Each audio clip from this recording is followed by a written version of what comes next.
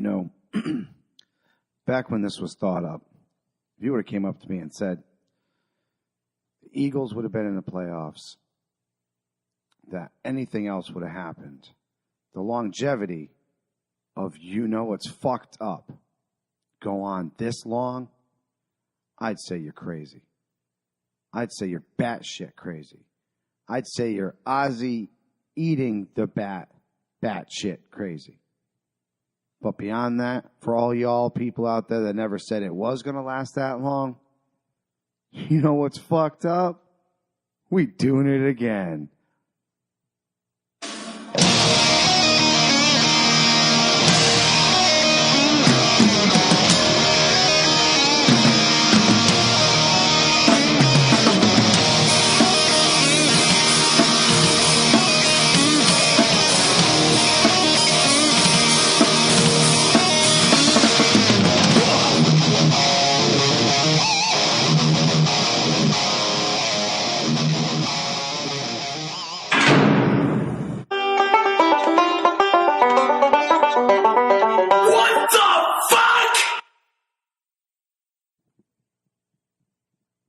Welcome to Do You Know What's Fucked Up? Welcome to the trial of the century. My name is Scott Baio. I'm Jabroni. Welcome to the Local Jabroni Show. This gentleman right here. I'm Nicole Eggert, and he touched me a lot. Touching you now. And the man in the box is Harvey Weinstein. How's everybody doing today? Great. I feel bad for, I guess you wanted some publicity to come out this I'll way, get to that. It's on my list. It's on my fucking list. I hear you. Everybody, welcome to the week of the Super Bowl. Yes. And welcome, once again, to the final week. Oh, my where God. we ask the final question. Yes. All those who have finally made it to the Super Bowl. Could you not ruin everything? That's the second time in 2 weeks you and your seltzer gimmick drink has spewed everywhere. You were complaining about your paycheck Sunday night. Now you know. Now you know. Ed's a little upset. I will go get you a towel. Hold on. I think Ed's got it. Oh, so anyways. Ed would raise his hand. He would raise his hand, but he's taking care of his drink. So all the rest of you at home participating. Here's a tip, guys. Do not buy Schweppes Schweppes Black Cherry Sparkling Seltzer Gimmick Schnabitz ever. Oh, my God. Because it's been sitting there on the table for 40 minutes while we're putting everything together. The first time he opens it up, it spews like Harvey Weinstein on the casting couch. This is horseshit. I don't get it. I don't understand it. But I'm not built to understand it, so it really doesn't fucking matter. I hear you, man. So all the teams are in Minnesota now. Yes. And they made their plane flights. They got on the little Patriot plane with the 5 trophies on the what does he call it? The fuselage there. I got nothing. I got a point that I want to make. I was going to save it for fucked up, but you brought up football. I'm listening to a lot of talk, social media, radio, talk of fans. And they're openly rooting for Philadelphia. And this is their statement. Somebody has to stop the Patriots' reign of dynasty, reign of terror, any words they use. Here's what I'm going to say to you guys. If you're that fan, fuck you. Here's why. If you're a fan of an AFC team, why don't you want one of your teams, whether it's the Raiders, the Chargers, the Dolphins, the Bills, to build a team and knock them off in your own division so you can go on and start your own dynasty? Because by rooting for Philadelphia, that's great. It's one game. Are you going to buy the gear after the game if Philadelphia wins? That first Sports did. Probably. Fair weather fans. Yeah, exactly. Pink hats. They bought a hat. I'm going into this Sunday like this, guys. I'm going to tell you straight up. I don't give a fuck who wins. I just want a good football game. That's what the Super Bowl is supposed to be, the best against the best. Let's see it. Bring it. Give me a show. But you're not going to see me wearing green and silver or red, white, and blue or any of that whatever. I'm not going to do it. I was going to say, I want them to keep it up because you're just going to bring more and more people to the blue. Haters going to hate. And look, we talked about it how many weeks ago? 18 years. They've missed the playoffs once. This is a dynasty we're not going to see in the NFL probably again in our lifetime. You're right. You want to stop the dynasty? Dolphin fan, Bill fan, Chief fan, Raider fan? Start a letter writing campaign. Use your social media in the right way and go to the team and say, we're done. We want to stop the Patriots' dominance of the AFC. Right. We want to stop the Patriots' dominance of the NFL. Build us the team that can do it. I'm not the biggest sports fan, as everyone knows, but this is the one thing that bothers me. Football is not a democracy; it's a dictatorship. Of course. And the only way to stop the dictatorship is to take out the dictator. Yeah. Hello, Terry. Sorry. Hello, Danielle. Hello, Right. Will. Will, stick around. You're in one of my Do You Know What's Fucked Up this week in a good way. And hello, Kelly. And hello, Michael. So, wait. That'd be you. That is me. I'm sharing, of course. Of course. Share the show, guys. I share the hell out Do of it up, baby. XFL in 2020. That came out. We didn't get to talk about it much. It's coming out. Yes, absolutely. It is coming out. That is not fucked up. No, that is actually pretty cool as long as they know what to do there. With 2 years preparation. I'm worried, though, because I was reading a lot about it, and I do see Vince, though, making some of the same mistakes as last time. Such as? Carrying the entire burden of the XFL. He's going to franchising because the teams. every single time he does something like this, he doesn't trust it onto other people. If it's going to fail, he's going to take the failure. He's built his entire wrestling organization by it. For 29 years, he ran that wrestling company by himself, and then when he put it public, then now he's got people to answer to. But at the end of the day, he's still the end decision. He may succeed and he may fail, but now he's got people to answer to. With the XFL, I kind of get it. The NFL is crazy. It's nuts. People are talking about it. A nonprofit organization. Yes, but if he runs it his way. He's a fan just like all of us. He's a Washington Redskins fan. He is unapologetic in his love for football. Well, the way I'm putting it is, so let's say we can even use... Hello, Tommy Summer. We can even use my team, the Patriots. So let's say the Patriots decide to just fold up and leave. Mm-hmm. Which they NFL goes on. Yeah, there's a hole in that division. With XFL, somebody will come up. You'll have, the Boston Cockstrokers or something. It doesn't matter. That's not too far from what they are now. But somebody will, you know what I mean, though? Somebody will fill that hole. Sure. But there's also charters that are there where if the Patriots folded, they can put a team there. They brought Cleveland back, for cripe's sakes. Cleveland moved to Baltimore, became the Ravens. There was a hole in that division. They moved a bunch of shit around, and ta-da! We have Cleveland Browns again. The Oilers went to Tennessee, became the Titans, turned around, did their thing. And then we got the Texans later on. Right, exactly. So there are markets for it, and I get it. And this area, the New England area, loves their football. Do not get us wrong. It may not be Friday night Texas football that they love so much, or even Saturday college football in Texas, Oklahoma, the whole Bible Belt. But by God, these people up here, whether you're a Patriots fan or not, we love our football. Oh, yeah. As do people all over the freaking country. This is going to be an opportunity with 2 years to plan instead of the 7 months they had the last time to fix the kinks, to get it right. You announce your teams. You let the teams practice, gel, get to know each other. Mm-hmm. You're going to see a different brand of football out of the XFL than you did in 2001, which I thought in the beginning wasn't bad, and it only got better. The problem was... I got a kick out of it, and I didn't even like football. The problem was once you saw it, you saw it. And the gimmick wore off quick. The scramble, the names... I can go to Blair, get some fucking training in, and I can go for one of these. You could. I think 45's the cap. 45 was I am above the cap. Man. Fuck that. I'll try it once. How many times did the Raiders change cities? Oh, good question. 1, 2, 3, 4, I believe. They were Oakland, Los Angeles. Yep.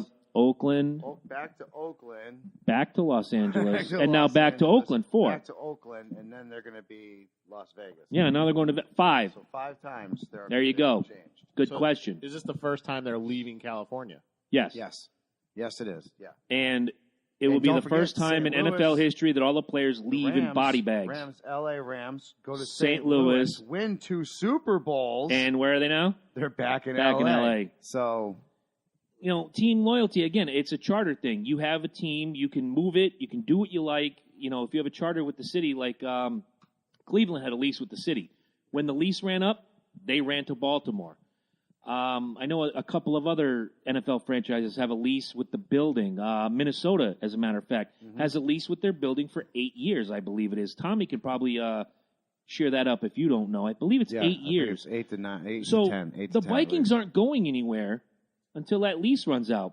But again, another rabid city where you're not going to leave. That team means too much to the people, and the people mean too much to the team, and that's important. And to be honest, and don't forget, they lost a championship team in the Lakers. Yes. When the Lakers went from Minneapolis to L.A. to L.A., they lost a championship team. Y'all ever see the beginning of basketball where they're charting where the teams moved?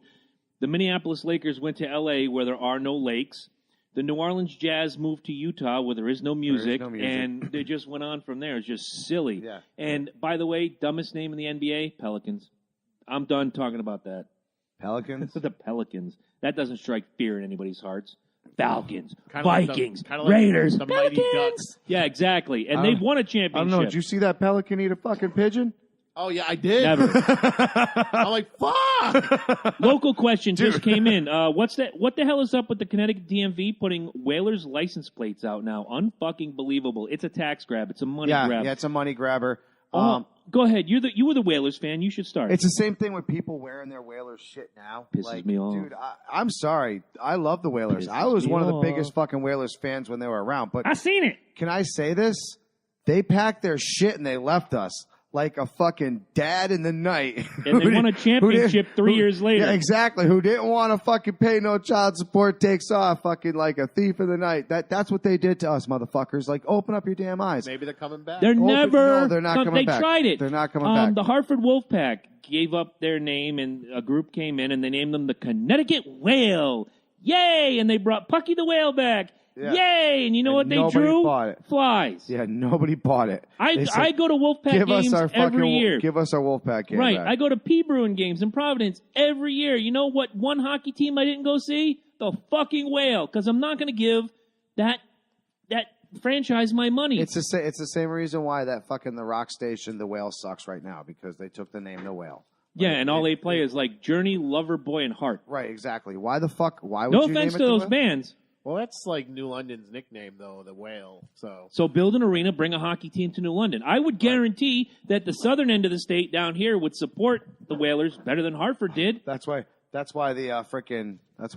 London College is the Camels and not the Whales. Yeah. You know, but okay. right there, right? Okay. The Whaling City. All right, no. Yeah, the Whaling City. I'm not falling for it. All right, so anyways, we're going to get back into football because one of my what fucked up has recently come to terms lately with my quarterback of terms of this week. So I thought it was a pretty fucked up story that I came across. So we will start off, and since I guess I have a bigger list. You do have the bigger list than most. Eddie, are you ready? Okay. He's wiping off. He's got some. I know he does.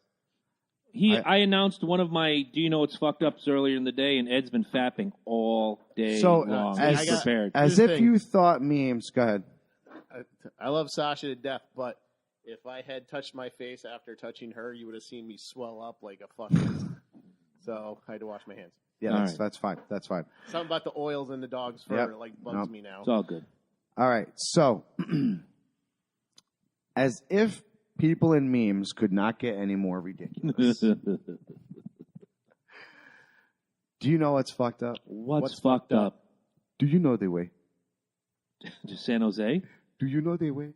The newest meme craze out there is from a group of Knuckles. It's from the game VR Chat. Okay. Now, in this game, you're allowed to make your little avatar, and you can run around, and it could be anything. I've seen Ninja Turtles running around and all this other thing. Essentially, it's just a place where people can build their own worlds like Minecraft, and then do this whole thing. Well, these guys decided that every single one of them were going to make themselves into Knuckles. Now, if you see these Knuckles, they're super cheesy, and and when they talk, their little lips go flappy crazy, and it's just, it's stupid. So about 50 of them are running around doing this little thing, and you see the video, which is being played.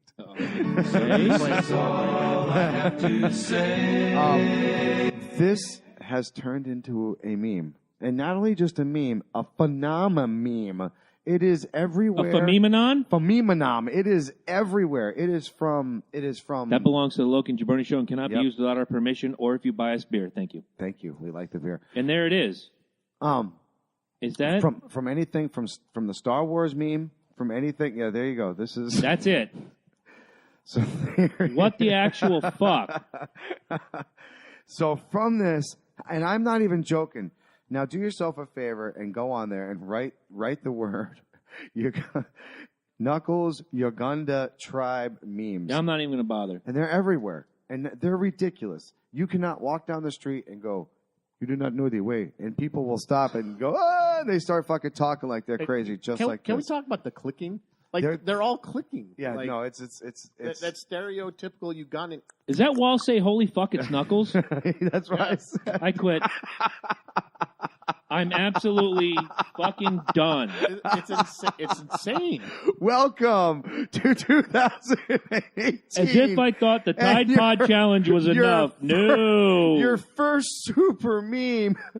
Oh, my God. What is so wrong with these people? That is your first. You must have Ebola, it says. What the fuck? Do you know the way? I don't want to know the way. You do not know the way. I don't want to know the way.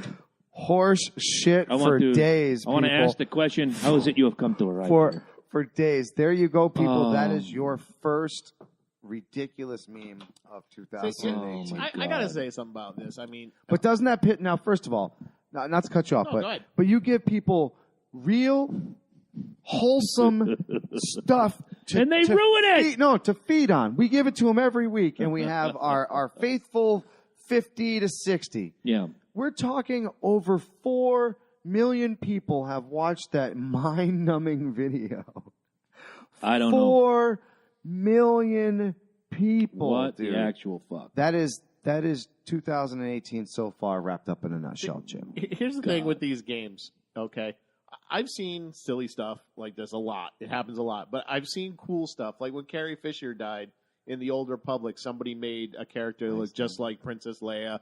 And then she was just dancing around in front of a statue, and then everybody just lined up and was, like, celebrating when she passed away. I've seen cool shit like that. Sure. I don't know how to feel about this stuff, though. It's like, I don't know. It's almost lowest common denominator at this point, because I get we all have the WWE games, and part of it is, like, males playing Barbie. I create these characters, and they're fucking phenomenal, and you have fun doing it, and then you put them into action, and it's even more fun.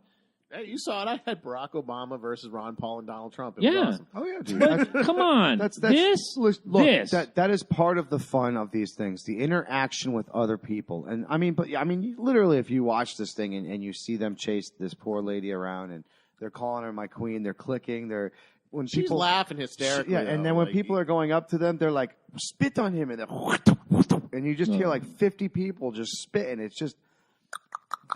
I seriously. It's like the mind. It's just the vein in my forehead is popping. There it is, gentlemen. There it is. My Go ahead God. and take that. See, what we need to do is we need to make caricatures of ourselves and just run around these games screaming horse shit. Wouldn't that be great? Just go horse shit, horse shit, horse shit. Well, get your own gimmicks. That's my gimmick. Well, we'll all look like you screaming horse shit. Mike's about washing each other and being Portuguese, and I don't know, what is your catchphrase? Do you have one? You're fired. You can't fire me. I get it though. Get out of fuck you, Ed. Get out of my house. Fuck you, Ed. Get out of my house. Actually, he hasn't what is it? Something they had the Portuguese commentators. Oh, you missed at Royal it. Rumble, and you weren't there. You took a break. Oh! They went down the road at Royal Rumble. By the way, thank you to everybody who came out to Hooters in Wethersfield. Thank you to Hooters in Wethersfield overall. And thank you, Cowboy Bob Orton and Captain's Corner. Real quick, wasn't that amazing? Oh, what a great crowd! First of all, fantastic. A great show. The Women's Royal Rumble being put on last was a stroke of genius, and it did not disappoint. And these women brought it. Oh my God, it was better. In my opinion, it was better than Men's Royal Rumble. The surprises in the Men's Rumble I thought were better, but the action, oh my God, was so much better in that Women's Rumble. I wasn't impressed with the men as much. I mean, you see it all the time. I don't follow it as yeah. much. I don't follow it as much. So when you're like, oh my God, he's there, I was like, I was happy with the end though. Oh yeah. The end was satisfying because you thought it was going to go in entirely. They really did a good job with that. Spoiler alert, guys. If you don't want to listen, turn down the volume. The last three were the Bella twins, the returning Brie Bella, Nikki Bella, and Asuka, the Japanese sensation, the Empress of Tomorrow. And it got to that point, and I picked Asuka early on. I'm like, oh, Jesus, here it comes. Typical WWE ass-wipe bullshit. and Asuka wins. Fantastic. The two champions who are at ringside come in, and she's getting ready to make her announcement on who she wants to face at WrestleMania. And my future ex-wife, Ronda Rousey, made her way to the ring. The question just came in. What's up with Ronda Rousey in a Hot Rod shirt? She got her nickname, Rowdy Ronda Rousey, as a kid, but when she started fighting professionally, she asked. I mean, she went through her trainer, Gene LaBelle, who also trained Roddy Piper. Look it up. And asked, can I use Rowdy? Because that's your nickname. I don't want to, step on your toes here. And Piper's like, absolutely, sure, use it. If you notice, she was wearing Roddy's jacket to the ring. So, and she has the shirt says Hot Ronda. That's some big shoes to fill. I know, but you know what? There's a girl that can do it. And it just it goes to show you, and again, this is going to go, I hope you guys are watching and listening, and I mean really listening. It's going to go to my point later. This is showing that women have the power to rise up if they put their hearts and their minds to it. No sandwich march, no hashtag Me Too, bullshit. Work it. Wearing a pussy work hat. it. Yeah, don't wear the vagina fucking cap. Get out there and work it. Because if you cry about it, all you're doing is crying. Get out and do something. And we talked earlier in the week about getting out and doing something. You're coming up. We didn't get an opportunity to get his take on it, but watching this Royal Rumble and then Ronda Rousey comes out, Cowboy Bob Orton is sitting there. If Roddy Piper had a tag team partner, it was Cowboy Bob. They traveled the roads together for years. They were buddies. They wore the same colors. Mm-hmm. They were tag team partners, and I really wanted to know what his take was with Ronda wearing the jacket and stuff, because it's got to be bittersweet. Sure. This guy who was pretty much your best friend coming up for years. Oh, absolutely. And I don't know. I'm looking forward to what's going to happen. I thought it was kind of bullshit myself, but yeah, well, you're wrong sometimes. Choke on that cake, motherfucker. Yeah, really. Eat your zebra cake and shut the fuck up. I'm fine with it. She's just got some big shoes to fill. And then it's up to her to prove it. Seriously, it's up to her. Here's the thing: if she plays the face, wrong, not filling the shoes. She needs to be the heel. Yeah, she needs to be Rowdy. That's why I wasn't buying it. If she's coming in there just to be the new face of the WWE Women's, no. I'm giving you my point. It felt forced. It felt forced. But that's WWE 2018, the shock factor was there. Don't get me wrong.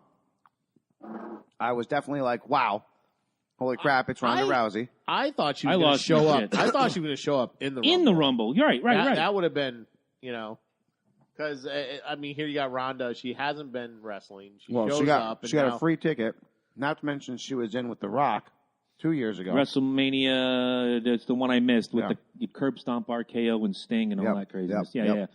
I think it's you can't have her be a heel at first. Here's why I say that. She comes in with too much popularity, too much press, too much hullabaloo, if you will. So you make her the good girl to start. You get to that big show, WrestleMania, and you have her turn. Yeah, on the biggest show of the year, they will hate her. She's wearing the colors. What are you doing, crazy-ass dog? This dog today. Why we can't have nice things? Well, that and Eddie and his Schweppes. Here's the thing. She's wearing the colors. Mm-hmm. She knows we're doing the show, that's why. She's wearing the colors. She can't be the face. She can't. Hello, Mr. Kimball. That's like having the rebel flag and fighting for the Union. No, it's just not happening. No, and that was my thing. And that was the last thing. All right. You come out. You get the crowd. They loved her. I'm not going to. Yeah, but I'm not going to be like. Turner at WrestleMania. With 100,000 people in the crowd and millions watching at home. She had more pop at WrestleMania than she did. Of course, and then watch him turn on her. Think about this. You're talking about the shoes to fill in Roddy Piper. If you want to go on the timeline of his career, he was only a bad guy for 4 years in the WWF. He was a bad guy, and he switched a little in his earlier career. He was never a face, though. He was always that guy. Yeah, anti-hero, or he was the bad guy. He was Stone Cold before Stone Cold was cool, right? Without the beard and the bald head. He didn't care who you were. But they loved him. You across the face. All right, but they loved him. So here's my point in a nutshell. Here we go, real quick. All right. So first of all, she comes rolling down. She interrupts this whole ending. Asuka's moment, right? She points at the freaking sign. They all try to interrupt her. She does her thing and points right back at the sign, or she tries to shake her hand. And Asuka slapped it away. Right? She definitely deserved to do that. Big ups. Right, exactly. You've already have what we said before, Brock Lesnar, come through, and he can go to the UFC whenever he wants. Mm-hmm. Now you're going to bring in this UFC face into something that you're giving me. Like, I'm just getting created right now, and she gets a free ticket to fucking WrestleMania. Fuck that bullshit. I just beat all these girls to get a freaking ticket to WrestleMania, and she comes out and does this, and then she comes rolling out the other way and puts her hand out to Stephanie McMahon. One could say the same thing about the Floyd Mayweathers or the Mr. T's or all the other celebrities they've had come in and do their business at WrestleMania. Lawrence Taylor, same. If she delivers... Which is why they show the Mike Tyson thing. If she delivers, she wins. If she comes in and she sucks a whole big bag of butt, we all lose. You know what, though? Shaking Stephanie McMahon's hand, though, there's the heel. Exactly. The heel There's a bit of heel in there. And here's the thing. This is nothing new for WWE. They used to... Mr. T came in WrestleMania. Oh, yeah, There was a celebrity in WrestleMania, too. Dude, it was Mr. T again. Mr. T in a boxing match. Lawrence Taylor. With Roddy Piper. Yeah, Lawrence see, Taylor. it ties right back to Rod. Always bring a celebrity into these By the way, things, speaking of Lawrence Taylor, did you see Bam Bam Bigelow's son in the... Oh, wait, that was Seth Rollins. Yes. I love those pants, though. You know what, though? You gotta admit, thank God they didn't seem to push Rollins. No, and they downplayed Jordan as well, Yeah. thank God. Yes. Got hurt way early, or he got hurt way early on and spent all his time outside. Fuck Yeah, out, dude. He was knocked the fuck out. And Good call on that. I'll tell you what. Yeah, he's not. He's losing a tag team. And more importantly, we found Waldo. Yes, he was in the front we He row. was in the crowd. He was in the crowd. Round the table real quick. Let's take the Women's Rumble out of it. A match that sticks out in your mind before we go on to the next, what's fucked up. Best match of the night that wasn't the Women's Royal Rumble. That's easy. AJ Styles I'm agreeing with that. Dave. AJ Styles against Owens and Zayn. owned it. Fantastic. What a way to, I know I heard people crying, oh, how do you open the show with the heavyweight championship? Look at the match they gave you. Did you see the Rumble? It's not like, what was that, Sheamus and Daniel Bryan, the first match, God. and they kicked him, and it was over in 8 seconds. Or not. Let's even do the bar. Let's talk about the Sure, fucking what a bar. great fucking that was a great performance. match, but I mean, like, nowhere next to what freaking AJ Styles gave you. Not even close. So, like, I don't know what y'all bitching about. I thought that was perfectly timed. It's the often- Royal Rumble, people. It's the Royal Rumble. How often, too, can you honestly say the main event turned out to be the main event? Oh, without question. Like even with the WrestleManias, there's always that one match that outdoes the main Oh, event. yeah, we talk about it every year. They call it the Steamboat Savage. Yeah. Exactly. You always have the Steamboat Savage match. Jericho Styles 2 years ago. Wasn't the main event, stole the show. Right. Absolutely. Last year, I can't remember, it was AJ and Shane. Wasn't the main... AJ, see? AJ's coming up over and over again. Oh, yeah, he's... AJ and Shane stole the show. Well, AJ's... Yeah, this is his Rollins last, and Orton this is his 3 last years shot. ago. You know what I'm saying? This is his last Yeah. shot. He's got to go for it. Sure. man. Rollins and Orton 3 years ago. Wasn't the main event, stole the show. Oh, there was plenty of those. Man. You can... Bottom line, it was great. I loved it. Amen. I agree. Yeah. And Nope. food was great. Waitress was great. The Everything was great. Hooters Girls has always treated us fantastic. The manager there, it was... Can't remember his name that night. He was a great guy, though. Yeah, but he busted his butt for us, man. And of course, we had Captain's Corner there. What a great night, man. Great Seriously. turnout for trivia. And That was fantastic. trivia was fantastic. Trivia was great. And little Blake called it way early on that the Bella twins were going to make Yeah, their... yeah, he did. Yeah, Big he ups. did. What is he, 10 years old? Yeah, and he came to us with Called that. Yeah. Eric B. Mitchell and his belt roadie with Yeah, all that the was belts funny. there. That was Nobody. awesome. Super fan. Yeah, the super fan. That was That awesome. He's our still favorite. doesn't have any Loki and Jabroni shirts. Well, if he went to True. Then he would cafepress.com/Loki have Jabroni, one. he Then could he would have have one. his very own Loki Jabroni T-shirt. I think he should get it half off, but they don't offer that, so you're just gonna have to pay full price, Eric B. Mitchell. You're gonna have to pay full price and give us our penance. Exactly. Right. So what do you got? Go ahead, Ed. All right, so we're gonna do this. We're gonna do this. All right. Do you know what's fucked up? What's fucked up? Well, we haven't talked about this in a while. We haven't talked about the police. Oh. Oh, yeah. Okay, so What part about the police are we talking about? Baltimore. All the shit seems to be happening out of Baltimore. Again? Yep. Okay. We've got a couple of cops that are actually getting charged in a big corruption scandal. Apparently, there was some money seized through civil asset forfeiture, which is a trigger word for me. Mm-hmm. And Why is that? Because it's bullshit. You can take someone's money without charging them with a crime. It's fucking What is it? theft. There you go. But actually, Bachur's Bakery got tapped with civil asset forfeiture a couple years ago, and because they were being charged with structuring, which if you don't know what it is, it's structuring your deposits just under $10,000 so that they don't have to get reported to the authorities, which I think is ridiculous. If you're a business, you're going to make cash deposits. Yeah, Anyway, exactly. Yeah, it kind of goes with the territory. Will Moving just on. said So- taxation is theft. Good by you, Civil bro. asset forfeiture is a technique that's been used by law enforcement for years, and basically what it means is they assume the average citizen is not going to have large sums of cash in them. So let's say you're driving around, you get pulled over for a speeding ticket. I don't know if a cop's ever asked you, do you have a large sum of money on you? Never. No. Sometimes You just know. I've had them ask. Typically, what they're trying to get you to say yes, and then they'll ask you to show it. And if it's like a large sum of money, they can actually take it from you, saying, "I suspect this money might be being used in a crime." Prove it. They don't have to. Right. Fuck. They can take it from you. And Okay, it here, can be rule number 1, guys. gone. We're going to start writing the rules. Loki and Jabroni, rule number 1. Don't carry large sums of money on you. Couple hundred, great. If you're carrying $10,000, don't. Carry a fucking Platinum Visa card or some shit. Well, see, that's what sucks. here's What if you win fucking big time at the casino and, you take Well, the that. casino doesn't give you cash anymore. No, they give you a cashier's check. Oh, they do give you a check, yeah. But here's the thing, like, I can cite a couple of cases. This, he's not like huge, but this rapper wanted to buy himself a Cadillac, and I'm going to say it. The stupid motherfucker decided to go to the bank and withdraw the money cash because he wanted to show up at a dealership and throw cash down. Dumbass! The bank is required by law to report large withdrawals. Correct. Anything in excess of $10,000. Deposits. Not, well, correct in the rule, but incorrect because it's my money. I'll do what I want. It's morally wrong. Yes. Right. J.G. Wentworth, motherfucker. But so the bank reported him as withdrawing a large sum of cash as they're supposed to. They immediately sent a sheriff, and they took his money. Fuck.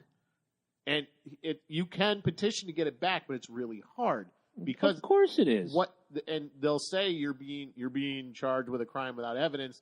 They'll say no, we're not charging you with a crime. We're charging the money with a crime. How the fuck do you charge an inanimate object with a crime? Unfortunately, it is in the law.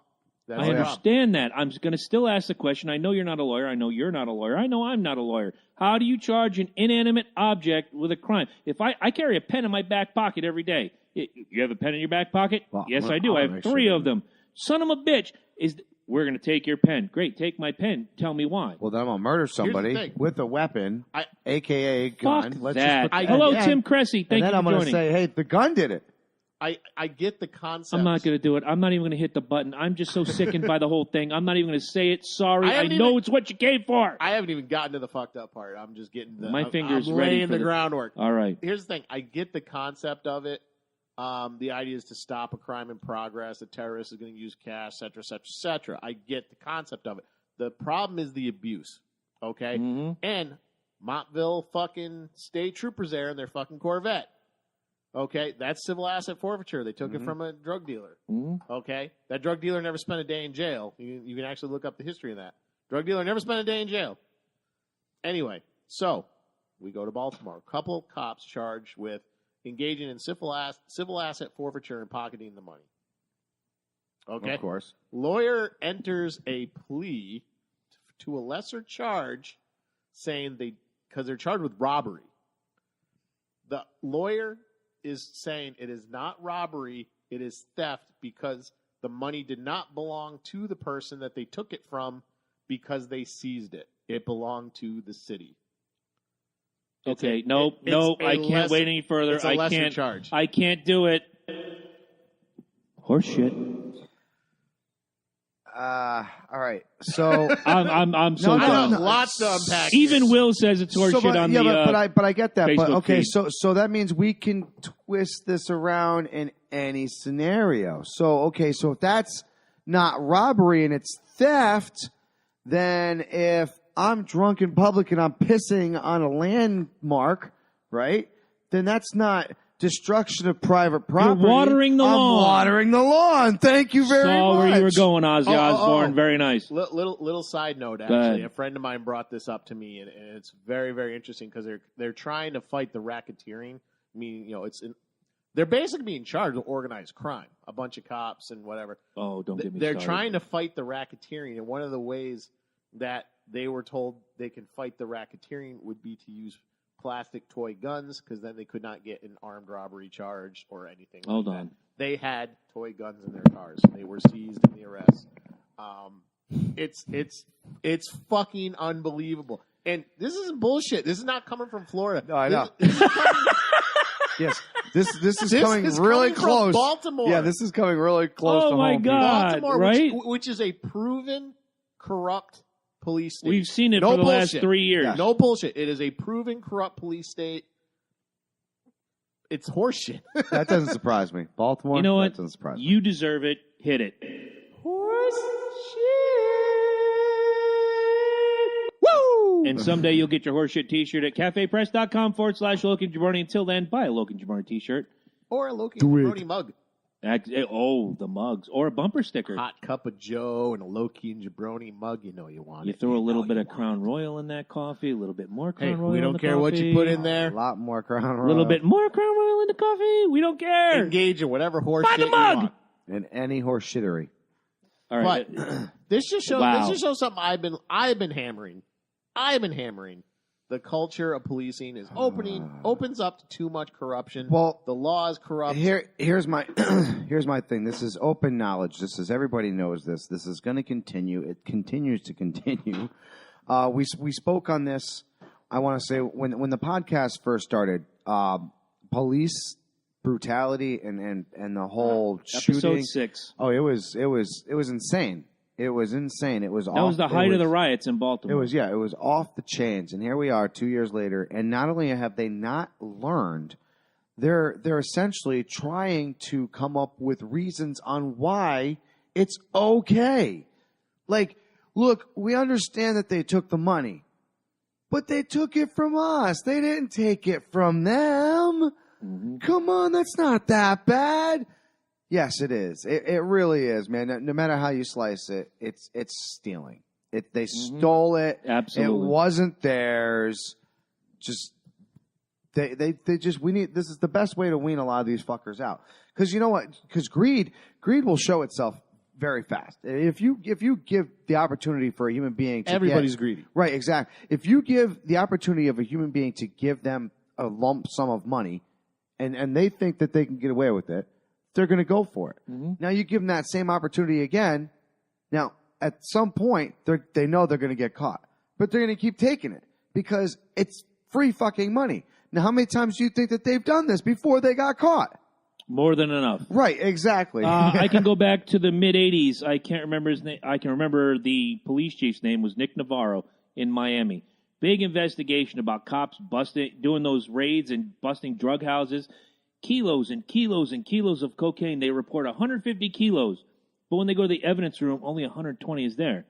Where'd the other 30 go? Cops were selling it. Oh, yeah. Selling it, snorting it. I'm not saying every cop Where do is an where do asshole. where do I'm saying every asshole is a cop. In the 80s, the biggest movies at that time were internal affairs movies. Oh, Why- yeah. Why do you think that was? I know it was very sensationalized, but go back to Scarface where he's making deals with the cop, and the cop's like, you know what?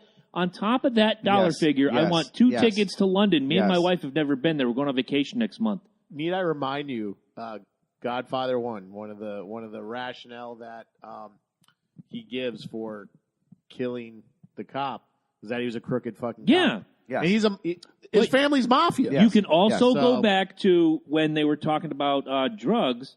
It was Don Corleone who said, "I don't want drugs as a part of this, not because if you're going to do it on your own.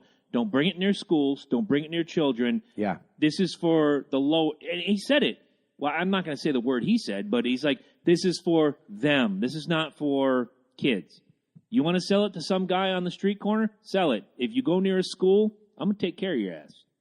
And they did. Yeah. They did for years. I mean, things have changed, but I mean, it was gambling and actually it was Hollywood stacking Right. Hollywood. Yeah. You know. Right. Yeah, dude. Yeah. Before Fuck I yeah. get to my point, I'm going to let you finish. Will, throw me a thumbs up. Let me know you're still here because you're part of my point.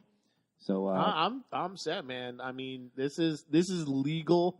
I'm using this word, legal corruption. it certainly It is. It is. This guy, I don't know the circumstances of some of these people they pulled over. I'm sure there might have been legitimate stops. They might even been dirty people. I'll grant you that. the philosophy, the law, and the act crooked, corrupt, garbage. All day long. And it's not going to stop. It's never going to stop.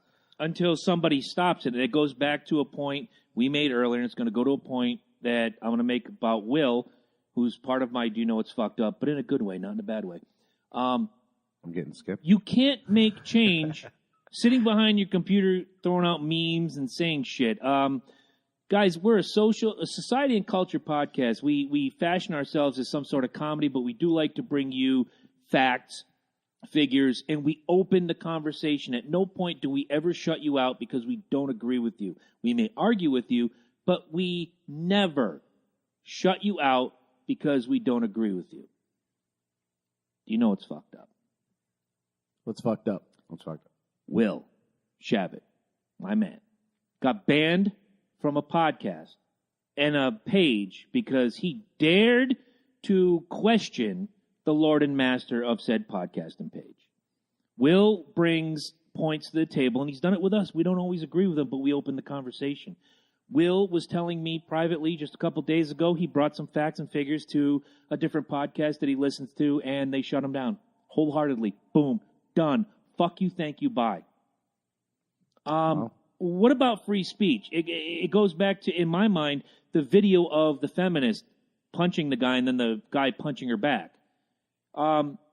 She hit first. Oh, no, she got a fistful of equality in the face. Yeah, exactly. That was Antifa. You can't. They are violent. Doesn't fucking matter. Yeah, the conversation has to be open. At no point will any of the three of us sit here and go, Crown Royal is the best, and if you don't drink it, fuck you, and you can't tell me different. Or what is the IPA you're drinking today? It's Smutty Nose Finest Kind IPA. Well, that's the best beer ever. Smutty Nose got some good shit. Always. We open the conversation. We love hearing what you have to say. We hope you enjoy hearing what we have to say. But at the end of the day, you're not listening to us, obviously. At the end of the day, guys, I like the Patriots. They do not. I'm still here. Doesn't matter. True. That's very true. Doesn't matter. Very true. The fact that in 2008, and I can go back to, if you guys aren't a part of it, I'll add you to it. A friend of mine put me onto this Globe Earth versus Flat Earth discussion forum. That's the name of it. No, don't Wait for it. Wait for it. That's the name of it. Globe Earth versus Flat Earth discussion forum. I'm there for the comedy, man. Although I can't eat popcorn, I picture myself throwing the popcorn. I never comment. I don't do shit. Both sides can't. Have you tried Pirate's Booty? I have not. You should try it. It is good. Air puffed corn. It's not corn, but Is there kernels in it? Because that's the No, diverticulitis No, bit. there is. Air puffed. It's Let me delicious. try it. Thank you. That's old person speak. I'll get to your comment in just a second. So I joined this group, and the first couple posts I did ask questions. Most of the questions was, can any of you answer a question that's asked of you without sarcasm, ridicule, etc., so forth? And then you're branded, and all of a sudden I'm a troublemaker. Fuck this, fuck that. That's not opening a discussion. And the top of your banner says discussion forum. Well, in any forum, you have to have a discussion. If Eddie says Cocoa Puffs is the greatest cereal, and I say, well, I disagree. I might like Crunch Berries, which I don't, but you see where I'm going here. There's a discussion there. Let's bring the points to the table. At the end of it, we don't have to agree, but we've heard the points. Christ, you and I almost came to blows episode fucking 5, and here we are, and we're inviting each other to houses. What was episode 5? I don't remember, but you were an asshole. I never invited you to my house. Actually, you did once, but I couldn't make it because I had to work that day. You wanted me to help you move. Oh, yeah. Yeah, so up your butt with fleas. I'm right again. And regardless, here we are working together. We credit, Mike and I both, I've said it more than once to more than one person on microphone or off. Eddie is the fucking grease and the wheel and the engine. We're the talent. He's the brains. That's... Shut up. Shut up, Ed. Get the fuck out of my house. On top of that, Will says, all I will say is that there cannot be truth if you're not able to hear two sides. Here's the thing. If there's no discussion, whether it's in a forum, group, whatever, and you call it discussion, it's not a discussion. Call it what it is. It's an echo chamber. If you just want to hear the same shit regurgitated, it's an echo chamber. And one of the comments Will made was the podcast was basically catering to the yes men.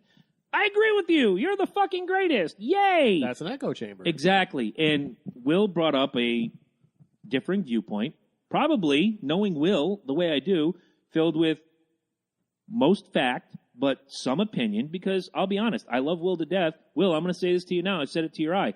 You can be opinionated, but you always come armed with something to back it up. I have a quick story that I think we should let Loki unload. He's like sketching. When he's sketching, that means he's thinking. No, he's building his calendar. I'm getting my shirt design. I'm actually in a group. Just don't write July. I'm in a Facebook I took group. that out if you notice. See? I didn't. It's already. I'm in a Facebook group for the Jason Stapleton program, Mm-hmm. show I really like, and Yes. there's mostly libertarians there, Mm-hmm. and we had a guy who showed up and point blank freely admitted he was an alt-right white nationalist. Show up, and he made his case for it, and we talked to him. Mm-hmm. We did. We talked to him. I mean, one guy basically said to him, like, "Oh, so I'm like you." It's like you want just a state where there's white people, and he was just like, something to that effect. Yes, and then he's like, "It's like, so could there be?" He's like, "Could there be a state where there is a bunch of multinational, multicultural people?" Yada yada yada. Does that have to do with the glasses? No. Because he didn't he burn another one with, like, glasses or something like that. He tore him apart because he was thinking the same thing. Like he wanted equality in the state or something like that. And he was like, so let me break this down for you. And the guy was like, at the end, he was like, but that doesn't make any sense. And he's like, okay, you need to go home. No. Basically, what he said, he's like, can there be a multi-ethnic, multicultural, place, and et cetera, and the white nationalist, alt-right guy was like, yeah, I suppose there could be. And the guy responded with, great, I think the United States of America is a great place for that. Mm-hmm. And that's kind of where the conversation died. Right. But we didn't scare him off. Like, here's the thing. There's people filled with all kinds of bad ideas. Of course. Horrible ideas. Oh, yeah. The best thing to deal with horrible ideas is good ideas. Mm-hmm. I mean, if Or you knowledge. Oh. knowledge, ideas, whatever. Fact. Yeah. I stick with ideas Well, because everything is an idea. A lot of things are open to interpretation, philosophy, whatever. Sure. And if it's really, really bad, like we need a white ethno state, all right, that's really, really bad. Very simple terms in this. So- very, very bad is I like to play with dynamite around highly, civilized areas. So you explain to him, well, playing with dynamite around highly civilized areas That could is hurt very, somebody. very bad. Yeah. It's also likely to get you shot by the police. So now you're giving him. See, there you go. Don't You're give giving the him police knowledge. any more fucking power. You're giving him knowledge. If you go running around, you get yourself shot. I didn't think of that before. No, that is you're knowledge. right. Knowledge is power. Exactly. Well, hot But shit in the morning. That's the point I have. So, like, if you're gonna create an echo chamber, just create an echo chamber. Call an echo chamber. Be honest. Be honest about Everybody's it. biased. I have a bias. I admit it. We all do. In some way, shape, or form, we're all biased about what the fuck. Somebody killed Lamb Chop. That used to be a lamb, man. Hot shit. Will comes back with the comment. I understand about being opinionated as well. I would rather be firm on my beliefs than wishy-washy. How could I be anyone's friend if I was wishy-washy? I agree. You're not one of these people that are molded by someone. There's a lot of wishy-washy friends out Oh, there. you could say that again. There's a whole lot of wishy-washy friends out there. Fuck yeah. Do you want to be a wishy-washy friend? Absolutely. You could easily be a wishy-washy friend. Oh, you said, do you want to be? No. No. He said, I don't want If to you be. want to be, you could. Yeah, exactly. Who Like, wants to be? Eagles fans. Anyway, moving on. Anyway. Loki. All right. So, I speaking of Eagles fans, I'm going to save that one for next round. Mm-hmm. I will, because this one is this is kind of fucked up. This one's really fucked up. But What's fucked up? this one right here, finally, if you guys didn't think that Marvel couldn't fucking get off the crack rock anymore, Uh-oh. If you say what I think you're going to say. y'all know what's fucked up. What's fucked up? Weapon H. Oh, I didn't hear that. The newest comic book to now hit the freaking stands is now coming across your place. Now, the idea of Weapon H is, yes, that's right. The fine people that brought you Weapon X and, X, All the good X2, shit. 3 and all those crazy motherfuckers right there decided it would be a really good idea if we took Hulk and we took the exoskeleton of Wolverine and we gave him Wolverine claws. Hence, Weapon Cash H. grab. So they took Wolverine. They hit him with gamma rays, basically. Yeah, but they pumped him up so he's fully like the Hulk. Huge all the time. Cash grab. With claws. I give Marvel a lot of credit. They don't often do this, but Marvel has essentially created Doomsday. I was going to say Pitt. Anyone? Mm-hmm. Pitt, Doomsday. You remember back in the day, Pitt? They you know what I'm saying? Like, I mean, this is Hulk is, if not the most, he's one of the most powerful Marvel characters. he is the most powerful Marvel character. He has literally lifted Jolner from the ground. Right, and Banner can't die because of the Hulk. Like, right. You hurt him and he becomes a Hulk. Right, exactly. So you've basically made like the most unstoppable killing machine, full of rage. Right, exactly. I'm assuming he's angry. Yeah, no, absolutely, constantly. There's no thought process in him. He's animalistic, just like Wolverine. So. I don't get it. Yeah, I mean, can you make something any more crazy? I mean, now he's not the Hulk. No. They did the same. He's like Abomination, Hulk, right, and exactly, all them. Exactly. They took the DNA from the Hulk. They took all the learnings and everything that they took from Wolverine, the Weapon X program. They mixed it all together and made Weapon H, which is like a grayish Hulk, which is going back to the roots. And if you guys didn't know that, right? You know, the original Hulk was gray. Yep. He wasn't green. The reason why is because it was too expensive to run green back in the day. Well, no, it was too expensive to do gray, so they changed it to green. Well, yeah. But at first, it was the green color didn't come out right, and that's what they wanted to do. I have a prediction with that then. Okay, so Stark is obviously going to make Hulk some armor to fight with this Weapon H. Well, if he's you're going by the same line, Stark, don't forget, is retired right now, and he has given his armor. What does that mean? It means that he's given over his whole mantle to that chick that's called Ironheart now. So Iron Man is now Ironheart, and it's a female Iron Man run by Stark Industries. If you're going to make new armor, Tony's got to be involved because Tony and his father were geniuses, or are geniuses. Yeah, obviously. And they obviously understand the so Iron essentially, Man armor. essentially at this point you could say Tony is he's like a Jarvis. X. No, he's Jarvis. Yeah. So yeah, they're going to have to because obviously this Weapon H is going to tear Hulk apart. Oh, it's So you're going to need Tony to come up with some Hulk-sized armor like the Hulk Buster. Well, I'll keep you guys in tune because I started downloading the comics. It comes out in 2 weeks. I am interested in reading it, but it came across my desk. It's unoriginal. I'm just going to put it out there. It is. It's absolutely. But I mean, when you take and you bring it, very good point. When you take an already powerful being and you make it even more disgustingly, I mean, you are, and you're throwing 3 sets of claws just like Wolverine, and they're huge. I mean, they're like bastard swords for crying out loud. You think of the size of the Hulk, right? Now imagine claws coming out from. Now the Hulk's hand is like this, like about the size of you. You know what I'm saying? Weapon H. Not to cut you off. I'm sorry, but this is important. Is Weapon H strictly a Hulk, or is it someone that turns into? No, he is strictly a Hulk. He's always because I was going to say the adamantium is not going to. No, he's shrink. Always, right, exactly. Right. No, he's always Hulk. He's always Hulk. So he's like Mr. Fix-It. Remember when Mr. Fix-It was always the Hulk, but he had the brains going on there. It's the same idea. He's always out there, but he's also raged. We'll see how it turns out. I don't find it very original. I don't either. I just it was like, you know, it's funny because it's almost like it goes right back to that whole "be careful what you wish for" thing. You just might. Yeah. Because I remember back in the day thinking, man, wouldn't that be so cool if the Hulk had claws? And like now you're older and you're kind of like seeing it and you're like, well, this is just kind of not what I expected. Actually, we tried playing the Marvel RPG. We're like, I want a Superman with claws and that can fly around like, you know, it's like you're never gonna get exactly what you want. Rolling sometimes- Stones can't always get what you want, but you get what you need. But I don't know if this is what you need, and I don't know how to close this out, but one of you guys will. It just seems ridiculous to me. Spock said it's over the top. That's my point. It's over the top. Like I said, Sure. it's a comic book. It's much like when Thor lost his hammer and shit. I still read the comic. It sucked balls, but you know, Spock said in the original Star Trek, having is not always as great as wanting. Of course, it's illogical, but it's most often. I know who said it better. Yes. Lemmy.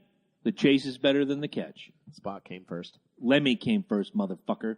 spot came first. Don't mess with me. Ed, do you have a point you want to bring up on? You know what's fucked up? No, I want to see what else Loki's got. Well, I only got one other story. I got another one. Well, I'll go right ahead and I'll take over my next one. Alrighty then, guys. We've talked about it ad nauseum over and over again. It's reared its ugly head again. Do you know what's fucked up? What's fucked up? Scott Baio is now on the witch hunt. Nicole Eggert has been making the rounds. Dr. Oz at Today's Show. I'm sure she's going to be on everybody's radar on TV for the next week. Yes, Lindsay, it is. Leave me alone. I don't want to hear about it. Yes, my face is going to fall off. I get it. You're awesome. Go Buckeyes.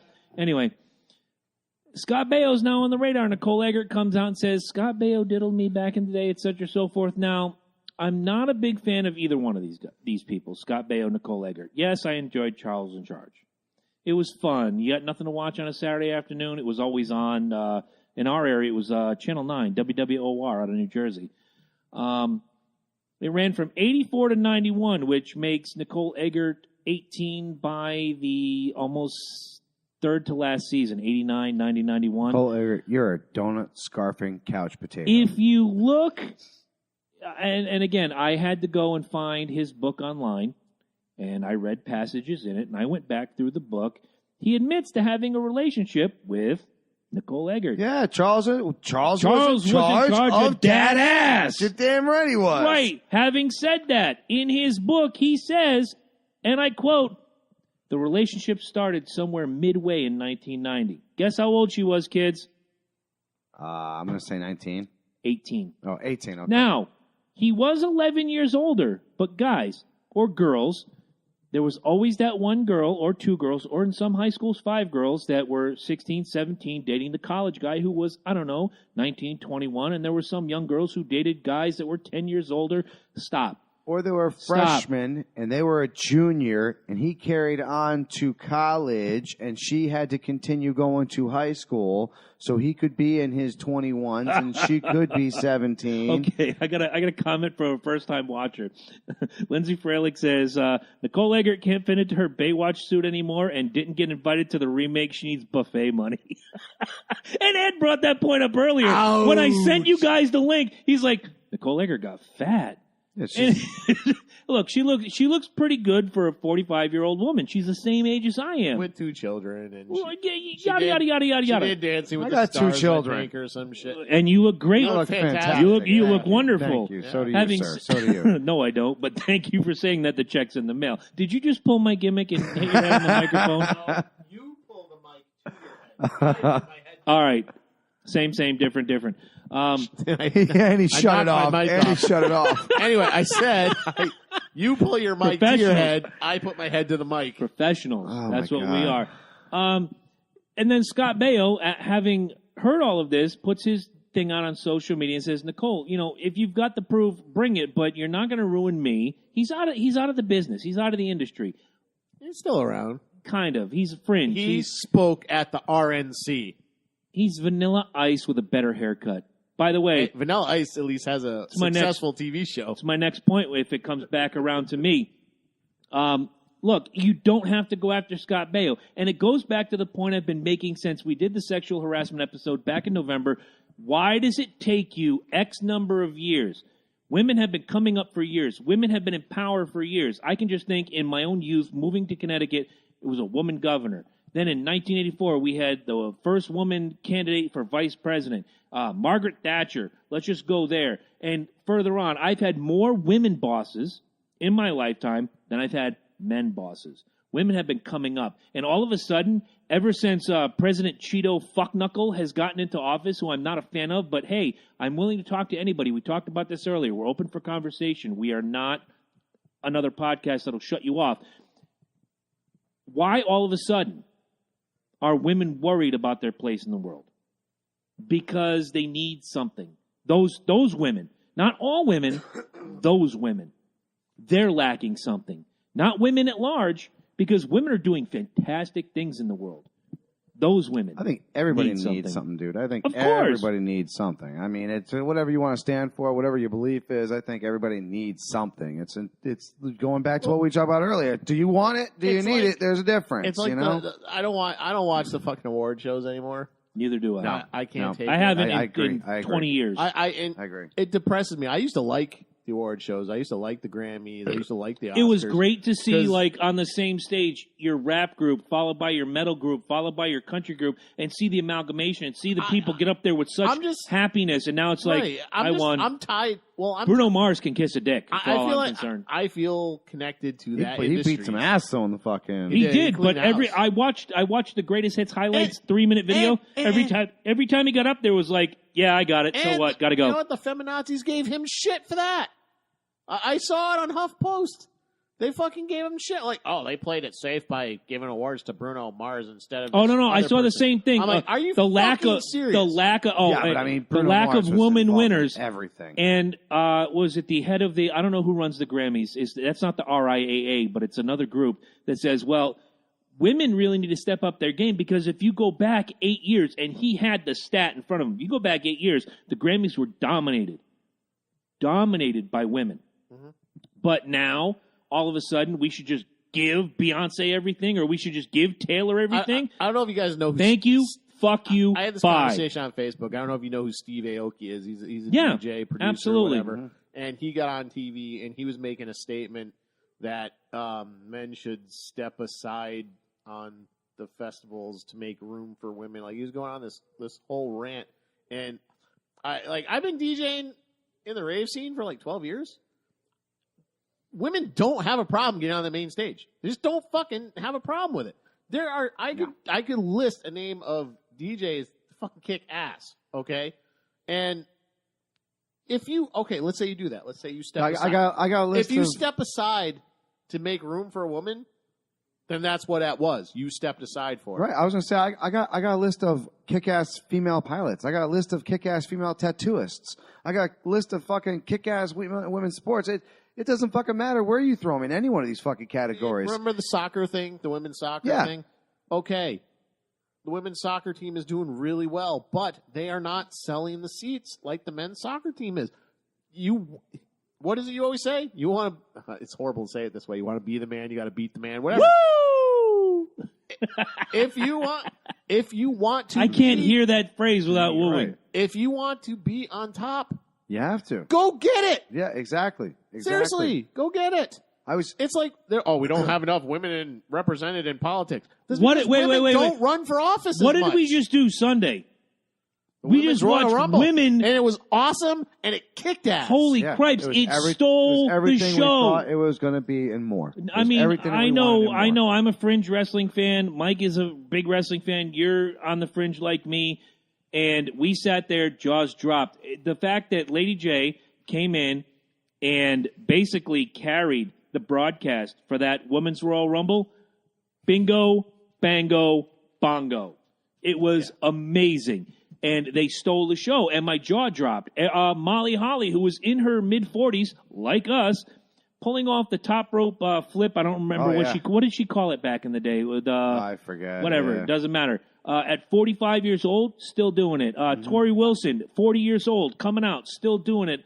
Trish Stratus, 41, still doing it. Yep. My She looks God, fantastic. the women stole the show. I'll Sunday say, night. I will be bold. Women aren't held back by society; they're held back by excuses. Stop making excuses.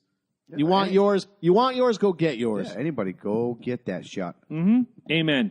And you know what? If you do get it, we don't care. Right, we're happy for you. You're freaking out. Do what's right for you. I'd rather see Taylor Swift have her $40 billion mansion in Newport than see Kanye West live next door to me. Hey, I'd love fucking Kanye. It's an analogy. I would rob him on the daily. It's an analogy. He'd come over to my house. He'd give me that look. Mike. Yeah, it's in the back, Kanye. You know I'm fucking with you. I told him not to do it, Kanye. I Fuck told Kanye him. West.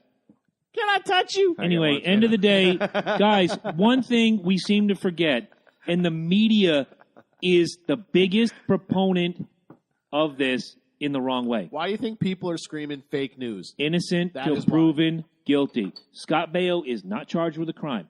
Scott Baio is not guilty of a damn thing. Guys that step down because they're afraid of it, Matt Lauer, Harvey Weinstein.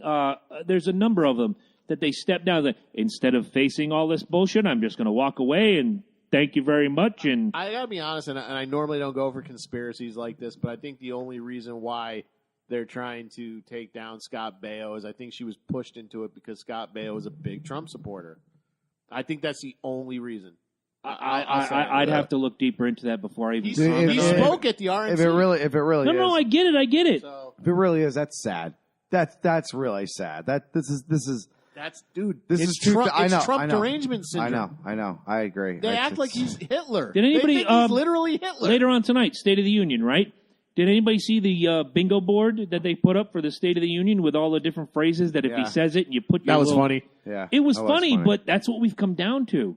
We can't just let a man speak. I'm no big fan of Trump. Everybody knows that. But guess what? America, he is our president. Mm-hmm. Deal with it. Let's keep it. I'm sorry, I got to keep it real. The policy hasn't been too terrible. No. He's actually done better than anybody expected him to do. I give him credit. You gave him credit. I told him I gave him a year. When he got elected, we had the electile dysfunction episode. That was mine, by the way. Thank you. I made that name. I said I give him a year, 1 calendar year, and if he sucked, I was going to call him out on it. He hasn't sucked. No, he's only done one thing I disagreed with, and that was with Cuba. That was it.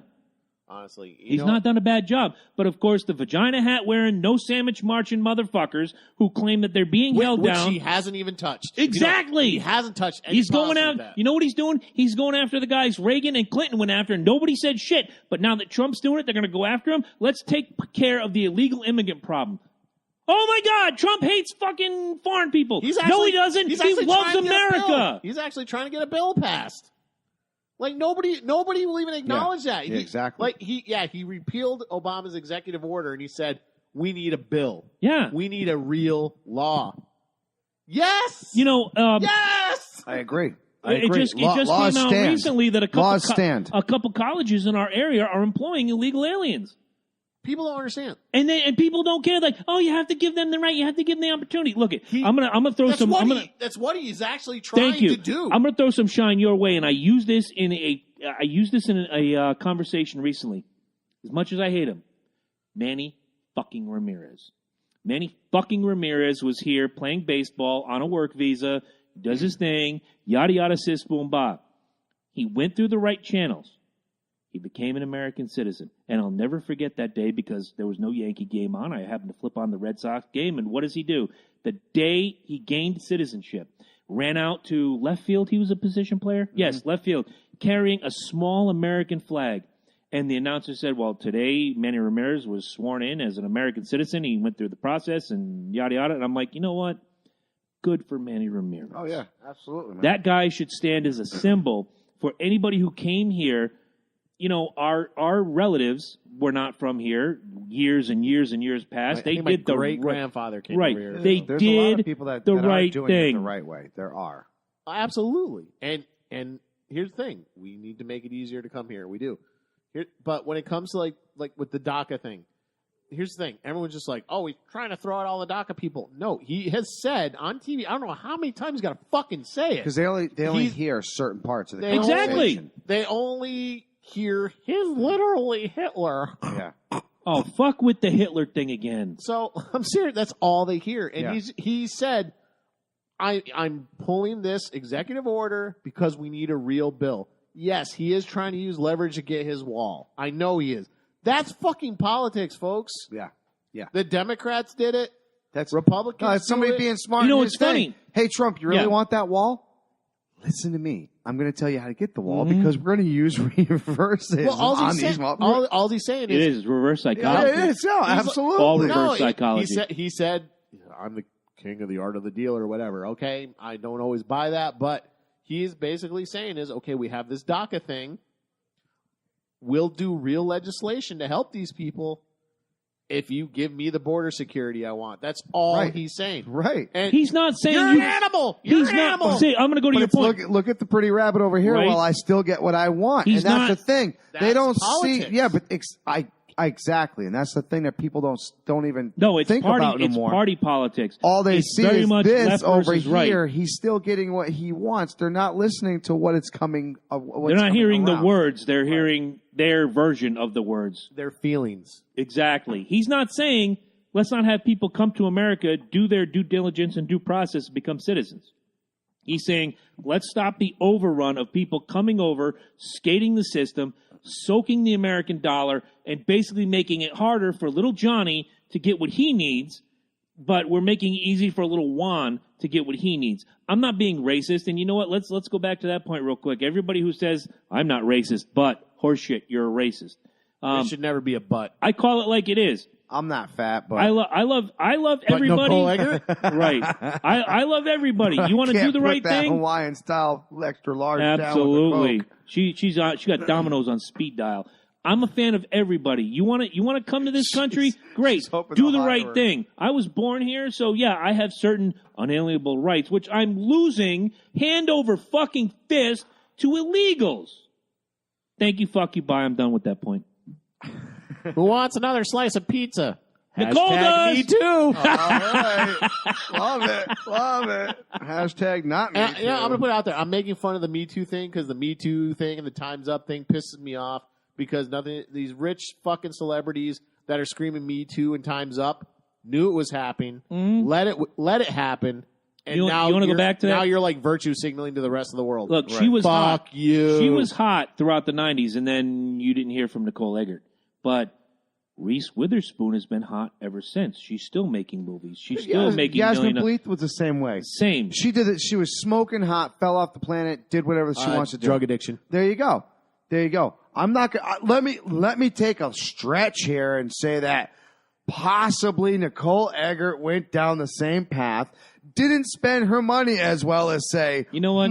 Scott Baio did, perhaps, and is now perhaps a little jealous and is coming up with a little story to stick it to Scott Baio and get herself sticking to my story. I'm looking at it like a young lady I went to high school with who, in our junior year, we were 16, 17 years old, was living with her 28-year-old boyfriend because her parents kicked her out. She's living with the 28-year-old. They're still happily married to this day. So it's not the worst thing ever, but he's still 11 years older, much like Scott Baio and Nicole Eggert. But we're not looking at it because they're regular people and they made it work. And yay! Nicole Eggert had a great career from 84 to the late 90s, and then she fizzled out. And is she looking for a payday? I don't know. I'm not going to judge.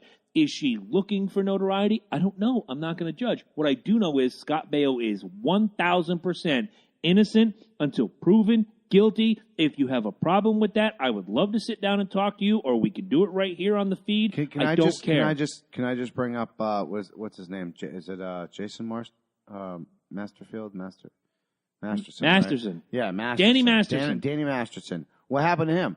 Wasn't he like sexually allegations up the ass? We haven't heard hide or hair from that fucking story again. If you run from it, you're probably guilty. Scott Baio comes out and says, I didn't do this. I've documented this. You are wrong. He said the same thing. He it. went and said the same thing. He even sat there on his Twitter page, innocent until proven guilty.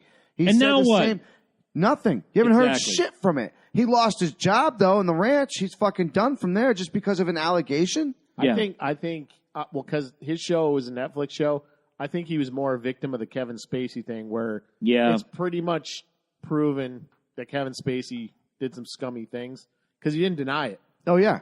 Okay, so now Netflix, the microscope is on them. People are like, well, what the fuck is happening on your shows? You know? Yeah. So Danny Masterson's kind of a victim of the circumstance. Like, sorry, Danny, he might be gotta guilty. let you go. Here's the thing. None of us are saying these people might not be guilty. Right. But they might. I don't know if you guys read.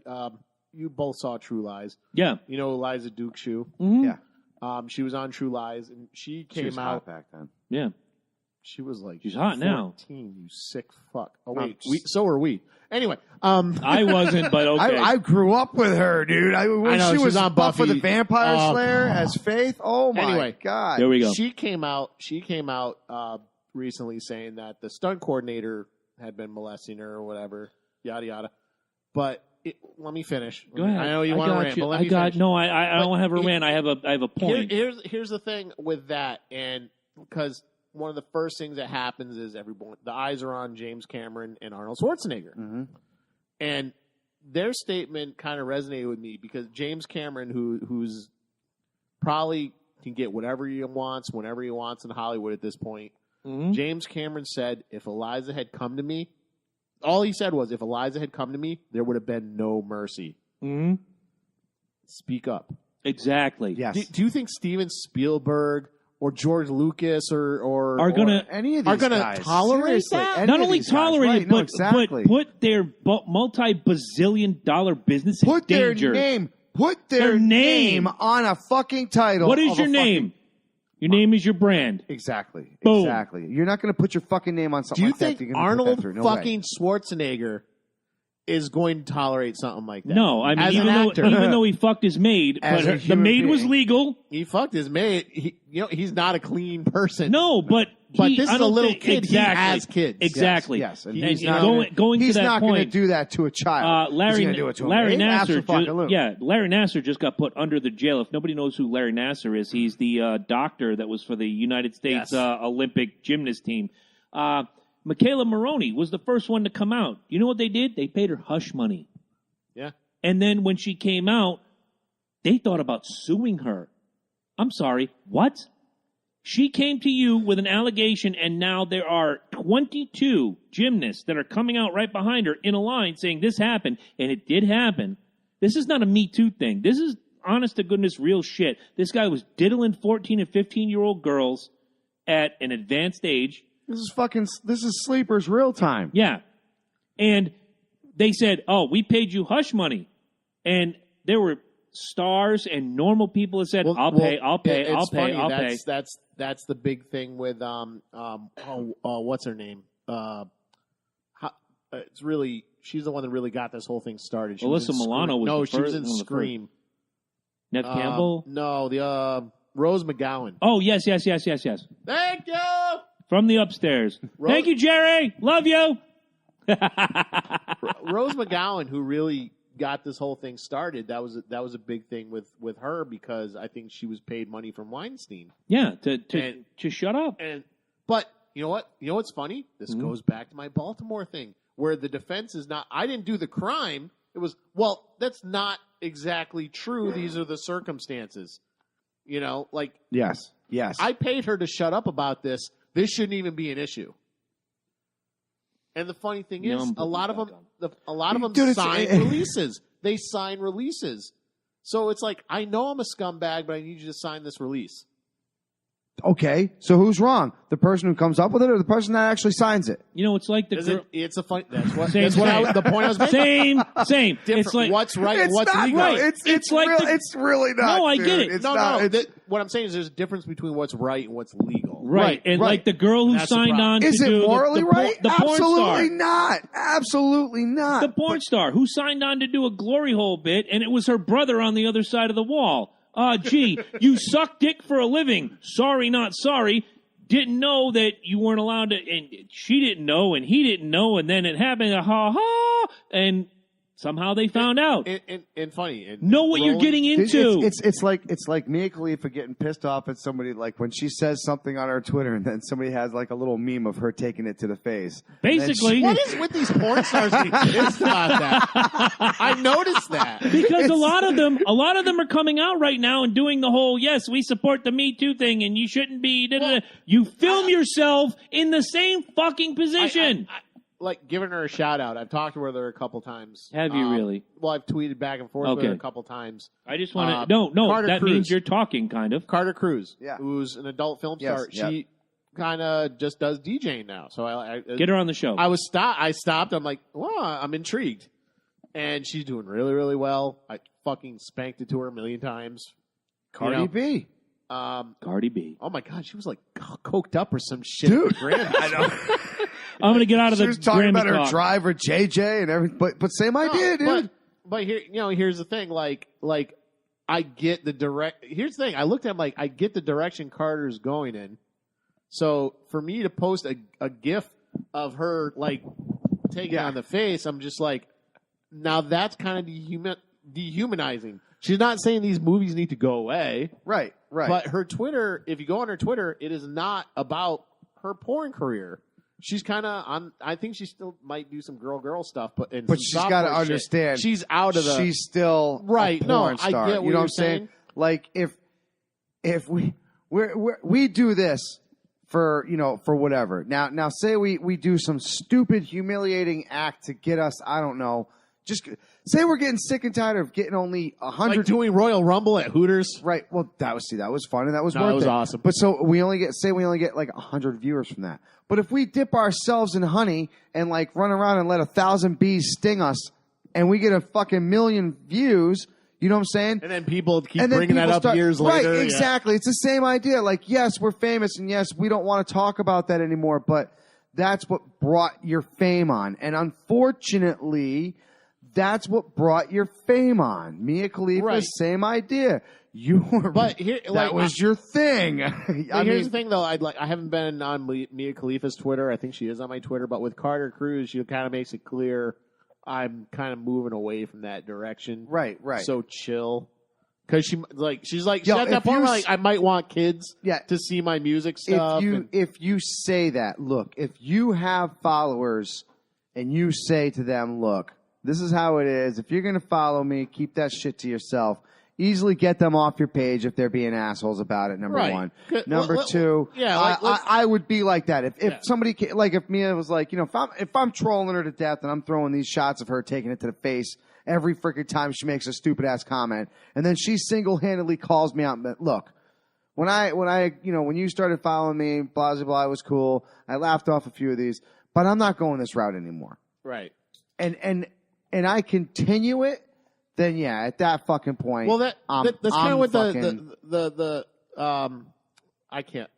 he annoys the hell out of me. The Azazi and whatever his name is, Aziz Ansari. Yes. Oh yes. The Aziz Ansari case, which totally blew up. Somebody brought that up to me earlier today. You were a part of that. Totally blew up. He's done. In that. No, he's not. He's not. But he's not as big as he was. No. That whole story blew up in that woman's face.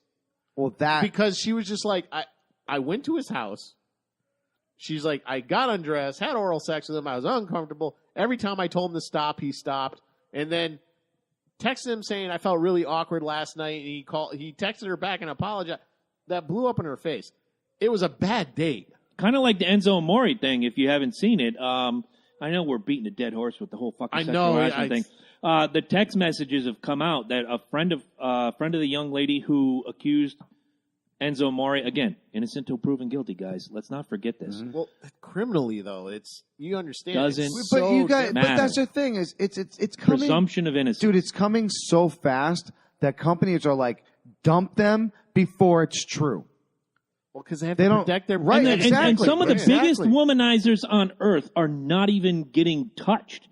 Like the president. Which is kind of funny, huh? The president, kind of. You know what? Ben Shapiro summed that up. Gene Simmons, Ric Flair, Wilt Chamberlain. Where can I go from this? Mick Jagger. A lot of these guys aren't getting touched. Gene Simmons for a minute, and then it went away. Jagger's taking as much dick as he has ass. I mean, same. I think he was on both sides of the fence. I can't remember if it was on his podcast or I watched an interview, and he brought up remember when everyone talked about Oprah running for president. Mm-hmm. And Oprah has since come out and said, it's not me. I'm not doing it. No. And somebody, Ben Shapiro recently spoke at UConn. Actually. That was my next point, you son of a bitch. You know what? We'll go into it in just a second. You can probably still make your point, but during the Q&A, someone asked, how well would Oprah do? And he said, well, I think in the primary she'd dominate and win easily. Mm-hmm. In the general election, he's like, I'm not so sure she would do so well. And the reason being is because she's almost angelic in the way the world perceives her. Mm-hmm. And you have to answer the tough question. Well, they're going to bring some shit to the limelight. There are some things about Oprah that are scandalous, and Ben Shapiro brought up each one. Mm-hmm. It's like there was the school she started in Africa. I think there was some molestation that went on. There was some of the things with like food industry and stuff like. There are some scandalous things that Oprah has been able to kind of, brush under the rug. So it would hit her harder than it would Trump. Do you want to bring this to the limelight? Is this something that you want people to know? But they all have skeletons, and when they come out, they're It's not my point, though. Trump Spin is doctors. built to take that shit. Well, no, He kind of is. Here's the thing. He said the Good general call, good election, call. the primary is like who is the best, whatever they win. The best of the pool. The general election is generally the other attacking the other. Okay, and Ben Shapiro says Trump is made of mud. He's made of mud. If Trump does something good and moral, it's a shock. Yeah. Okay, during the primary. Trump went up there and said, "I paid all these guys off once," and he did. He's like, they're like, "How do you think you can win?" He's like, "Well, I paid them off at one point." He's exposing the American political culture for what it is, and now he's a part of it. He's also setting a standard, saying, "I'm a dirty guy." But all these guys are just as dirty as I am. They are, but here's the thing: you can throw mud at that tape. The grab him by the pussy tape should have ended him. It would have ended someone like Barack Obama. Would have ended somebody like Joe Biden. Whatever. It did nothing. Joe Biden wins just for the memes alone. Joe Biden polling is the only one that could actually beat him in the next election. Where Obama was walking on eggshells, this motherfucker is walking through with fucking duckbill fucking squeakers. Yeah. He's stomping in those big ass Gene Simmons boots. Making as much noise as he possibly can. It just came out that he paid a porn star to keep an affair secret. Right. Nobody cares. Nobody cares. Nope. When you're made of mud, slinging mud does nothing. Just sticks to him. And none of us here can sit here and say Donald Trump is an arbiter of moral behavior. Absolutely not. Not with a straight Absolutely face. not. And the biggest Trump supporters, if you even bring up the dirty shit he's done, can always fire back with, I've done worse. Yep.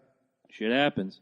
You know, that's where it's gone, though. And it's sad, though, because you want our government leaders to be a little more clean, and you want them to be figureheads. And like, here's the thing with Obama: I didn't like Obama, but he spoke very well, presented himself very well, very clean-cut guy, family guy, whatever. Compare him to Donald Trump. The cleanest person in Donald Trump's life is probably Melania, to be honest. I don't doubt that. Melania is probably the cleanest part of his life. His sons are dirty. The people he works with are dirty. Do you think that when they lie their head down at night, if they lie in the same bed, nobody knows, that she says, "Honey, you think you could be a little less abrasive here and a little more abrasive here, and you think you could do this better?" Nah, everything I do is huge. I'm the best at what I do. I'm the best at everything. You know, I'm going to say something that's really bold. I actually like Melania as a first lady than I did Michelle Obama. Oh, without question. Yeah, I Easily. felt like Michelle just kind of like walked around and She was kind of there for the ride. What was expected of her? She did what was expected of her. Here's what I'm going to say. Well. Donald Trump must be slinging a hell of a dick. I'm serious. Yeah, here's the thing. I don't care if Melania. I don't care. I don't care if Melania's a trophy wife. When all that shit was going on in Texas, and Donald Trump show up and he's still wearing the sport jacket and the POTUS hat and everything, and she came down with fucking sneakers and whatever, and she just went to work. She got her hands dirty. I'm sorry, Melania is a good first lady. Absolutely. She is. She might be a trophy wife. I'm not denying that, but I don't have a problem with her as a first lady. Wow. Fuck you if you disagree with me. Great point. No, don't do that, because then we're no better than the podcast that kicked Will off. Let's not do that. Fuck you if you disagree with me. You've never said that. Wow, I've said that more than once. However, I really don't have anything else until the Darwin Awards. I got one more thing, but Loki's got one. I'm sorry, we've hijacked this. It's all right. Yeah. Fuck Scott Baio. Innocent until proven guilty. Free Scott Baio. I agree. I'm sorry, Nicole Eggert. Go get your Taco Bell money from somebody else. Hashtag free Scott Baio. Yeah, it's time. It's time to cut. And all you up and coming actresses, I know you're not listening to this. If something's going down, tell someone. Yeah. You know, it's James funny. Cameron. Webster did those commercials back in the day. You know what sucks? Is she did one of those commercials. Yes, she did. Like, say no, then go, then tell someone. Then go and tell somebody. She went through that shit, and you fucking didn't listen to your own goddamn advice. She slinged the dick. Last point. Fuck. I used to watch the Disney Channel when I was a kid. Yep. As most of us probably did. Will feels like he's being attacked. Oh, well. Yeah, that's why at least love it. At least we're opening the conversation. No, it's true. Love you. I used to watch, Welcome to Pooh Corner on the Disney Channel? Yeah. Yep. They had a whole episode where Pooh and Piglet said... Would touch each other. Nobody should touch... Nobody... And this is why we can't... You know, we need that T-shirt. This is why we can't have nice things. ... Let's just write down all the good catchphrases and make them T-shirts. They had a whole episode that I think summed it up best. It said, whoever you are, girl, boy, whatever, nobody should touch you in areas that your bathing suit covers. Not bad. That's what they said. Good for them. Winnie the Pooh and his fucking... Oh, Piglet. Nobody should touch you in the park. Seriously. This is a guy who ran around with a shirt, no pants on for 50 years. But I get it. It kind of goes the way he says, you know, someone touches you on the shoulder or whatever, blah, blah, you know. If you don't like it, say, please don't touch me on the shoulder. Can you not do this? Right. But they say this is the safe zone. But it's not looked at as weird. It's not looked at as weird. Right. If you grab somebody in the pussy, it's looked at as weird. That's different. It's like if I knock on the door, Lady J answers, I don't be like, hey, how's it going? Junk. Yeah, exactly. Right? You're not playing Tune in Tokyo when you walk through the door. Probably by her. And two. Yeah, I got my money on her, too. I got my money on her. It's just, that's the area. Right. Let's keep it real. That's We've been raised to know what the naughty bits are. And I say naughty bits because that's where people, unless you tell them, hey, touch me right here, we'll go to the moon.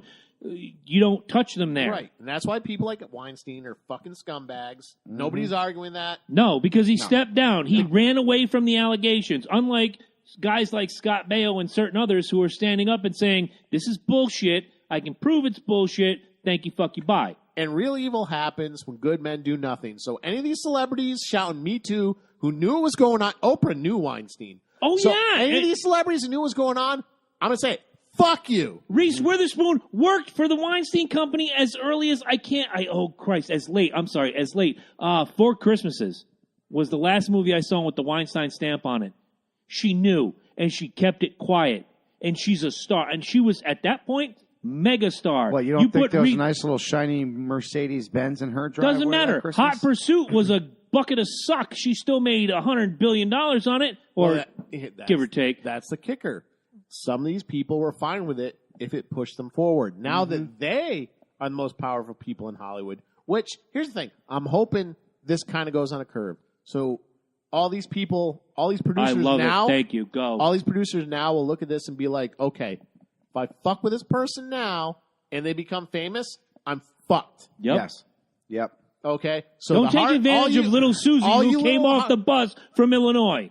All you little Harvey Weinsteins out there who are like thinking money and pussy is growing on trees, whatever you do now is going to affect you later. Because they're even going after people like Ron fucking Jeremy. I know. And Ron Jeremy is a pervert. And he made his living fucking on film. And here's the thing. He flat out denies everything. But anyway, we're cut off Lucky. Go. All right. Hit it.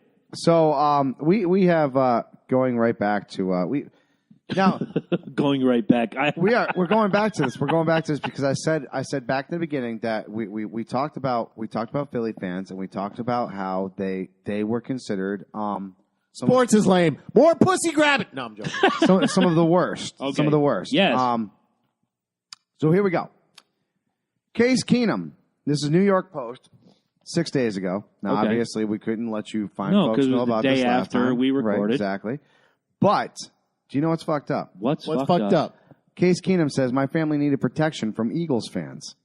Unfortunately, Case Keenum had the bright idea of bringing his family to watch the game. Not a bad idea. You're in the fucking NFC Championship. Why shouldn't you? Right. But you keep them in the hotel room. You don't bring them to... Watch on TV or get a fucking limo to the stadium. You don't bring them to Philly. Did he make them walk? No. They get full beer cans thrown at them? No. They So anyways, supposedly, this is a quote. It was tough. I'm not going to tell you any stories. There were some situations that were very, very not good. The married Keenum said on Tuesday, per Jason Gard of the Minneapolis KDM fan, I'm glad I had some of my friends there to intercede. It was tough on everyone, not just us on the field. Now, Keenum certainly turned his Pumpkin Sunday night into a clock-struck midnight at the Vikings' magical season end, as you guys all know. Right. 7-38, blah, blah, blah. Now, a lot of people say, oh, no, that's a tensions are hot, and that's what happens in the NFC Championship. This is not the most recent time a visiting player has experienced the wrath of Philadelphia's finest. Ooh, tell me more. In October, Redskins running back Chris Thompson said Eagles fans are some of the meanest he's ever experienced. I've heard the one stadium that you keep your family from going to, Thompson said in link to the Washington Post. My family will be here this week. They were like, I want to come see you at the Philly game. I said, absolutely not. You're going to have to wait until Dallas comes around. Philadelphia defeated Washington 34-24 week 7 at home that game. Heading back to this before, now, look, we got a lot of good fans that are listeners, and we're not fans. And we're not saying this is you. So don't get your eagle feathers all riled up and ruffled, okay? Heaven forbid. Heaven forbid. But you do. This is not just the first time this happened. So, do you know what's fucked up? What's fucked up? I hope Minnesota does everything to fuck with any of you stupid-ass fans that go to Minnesota. I'm sorry. If you're wearing Eagles fucking gear and the stories keep coming out, guys, it's like these damn hashtag me too. You might as well say hashtag green too for fucking Eagles, because the stories aren't stopping, people. They're not stopping. This isn't just like Minnesota walking into the Packers and you hear a couple fans fucking around. This isn't like the Jets. Dude, the Jets hate Belichick. They hate him. But guess what? They come into town twice a fucking year, or, once a year. Mm-hmm. They deal with them. Yep. Sometimes they go in the fucking playoffs. They got to deal with them more than that. Wait. The Jets make the playoffs? Never. Not during this time. Oh, yeah. It's been about 12 years. No. I want to say, weren't they there about like 8 years? I was looking up. I think What's it was like 8 years ago. 2018? Remember, it was like Patriots, Jets, and it was Dolphins or Bills. I was one of them, but all three of them fucking I'm not made going it to the Google machine. I'm going to buy it. All three of them fucking made it. I'm going to buy it. Much like your division this year. Yeah. All three of you guys fucking made it. Made up like a wild card and all that shit. Regardless. Oh, wait, butt fumble. There you go. Right. There you go. Right. Butt fumble. There you go. That's See? right. So regardless, you hear horror stories of fans that, blow their air horns all night and keep the guys up. Whatever. Turn your air conditioner up. I'm not even bringing up those stories. In case you haven't noticed, we're not talking about those stories. The stories we have talked about. Beer cans getting thrown. Full beer cans getting thrown at people. The bus almost getting tipped over as it's trying to pull away. Fuck Millie. Fuck Millie, a 99-year-old fan. Oh, my God. Come on, just cut it out. And now you're going to sit here and threaten the visiting quarterback's family and why don't you show some fucking class? There is no class. There is no class, and it's not just there. And you're going to say, okay, well, Washington Redskins, they're a rival team. Okay, who? What?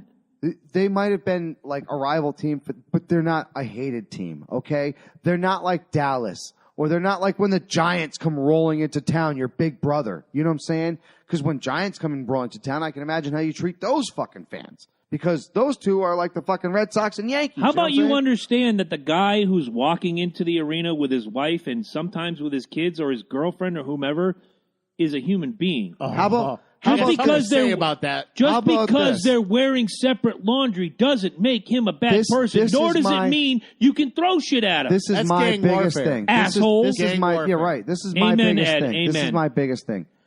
When you put your hard-earned money down on a ticket, I don't give a fuck if it's my stadium, your stadium, their stadium. It doesn't matter. If you paid $135, $165 NFC Championship game, $275, who the fuck knows? Because you know what? I priced tickets a year ago when I wanted to take my boys last year. It was $165 a ticket. And you guys weren't even making a fucking run to the playoffs. No, you were shitting the bed. I could imagine what your tickets cost at NFC Championship. Now, you're going to take that revenue that those fucking people just paid, and you're going to spit in their face, and you're going to throw full beers at them. You're going to fucking embarrass. Look, if I go into your hometown, and I'm wearing the opposite colors, I expect to get razzed. Oh, razzed is one thing. I went to a Washington Redskins. I get razzed on this show. I went to a Washington Redskins Atlanta Falcon game in 2007. My ex-wife bought the tickets. We went. We were still married. She was my wife then. And walking in, I got razzed. I didn't get shit thrown at me. I didn't get physically beaten down. I got to the seats. I'm like the one fucking Falcon fan in a sea of maroon and gold. And people were like, oh, Falcon fan, where you from? And we got to talking, and I made friends in that circle. Yep. And there was gentle razzing throughout the whole thing, to the point where when the Falcons went up 24-14 and they started to leave, I'm like, guys, where are you going? We got 8 minutes left in the game. You guys can come back. Nah, we're done. It's not over till it's over. Right. We learned that last year. I've always known that. Exactly. I'm the same thing. If I pay, and look, sports tickets are not cheap. If I pay money to go to Fenway Park, Yankee Stadium, RFK Stadium, the Georgia Dome, which is no longer, but if I ever go to the Mercedes-Benz Stadium in Georgia, if I go to the Mets Stadium and I buy a ticket for that high dollar, I'm staying from the first opening kickoff or pitch or whatever to the very last of the game. Why? I'm going to get my money's worth. Win or lose, I saw something that I can take back and talk about for years to come. I have a challenge for you guys. Go ahead. I got a challenge for Philly real quick. No, go ahead. I'd love to hear it. If Philly win or lose, Show some class. leave your city alone. Because I'll tell you what, if you guys lose, God. if you guys lose, Philly is fucked. The Rocky statue will be on its ass. No, I'm serious, guys. This is getting out of hand. When you got people that this is a visiting quarterback's family. This isn't funny, man. That is straight up harassment. It's about time that let's be honest. Let's really break this down how this is, right? Say I'm doing this to you every day in the fucking workplace. You come in every fucking day and I'm like, hey, Eddie. You suck. Every fucking day I do that. Regardless shit of the fact that I've never touched the ball. Right, exactly. Doesn't matter. Like, I would never blame you personally for anything Minnesota does. Right. As many times as we are on opposite sides in sports, what is the one thing I always say to you? It's laundry. It's not war. It's sports. Yeah, it's laundry. Well, it is laundry. At the end of the day, it's fucking laundry. Here's my challenge. Because I can certainly change my shirt. No. See, we love the rules of the game. Exactly. When you say football, there's specific rules. Now, what makes that different? The laundry. Oh, that's it. Exactly. Do the Red Sox play any different than the Yankees? Do they play different rules? You know what I'm saying? It's not like say Overwatch where everybody has their own abilities. You know what I'm saying? Right. It's the same idea. Red Sox play baseball the way baseball's supposed to be played. The Yankees play baseball the way baseball's supposed to be played. Funny you bring we both respect baseball. The only difference is we're wearing color different of our shirts. Fucking laundry. That's it. At the end of the day, and we can go back to the Red Sox-Yankees rivalry, is that in the last... We're making it easy for you guys by switching it to the Red Sox-Yankees. You see that? Yeah, so I'm going to count it out. They're picking on us. No, I'm going to piss everybody 2004. I know you are. So I'm going to go back 2 years. Since 2002, the Red Sox management, which is when John Henry took over, used the Yankee philosophy. Dump the money back into the team. Yeah. Recycle the funds. Yes. You go out, you have so many homegrown talents. You get free agents, you get trade. Any business. Exactly. Any market. I want to build I want to build a championship team. And guess what, guys? Since John Henry took over that team, there are 3 rings in Boston and there is 1 in New York. Since John Henry took over. George Steinbrenner, when he took over that team in 1972, put his money back into the team. Nobody knows this. I've implored Red Sox fan, read the Steinbrenner book. It was written by an outside source. I told you the same thing. He's done a lot. And even going to his fucking grave, they're still finding out shit that he's done that he never spoke up for.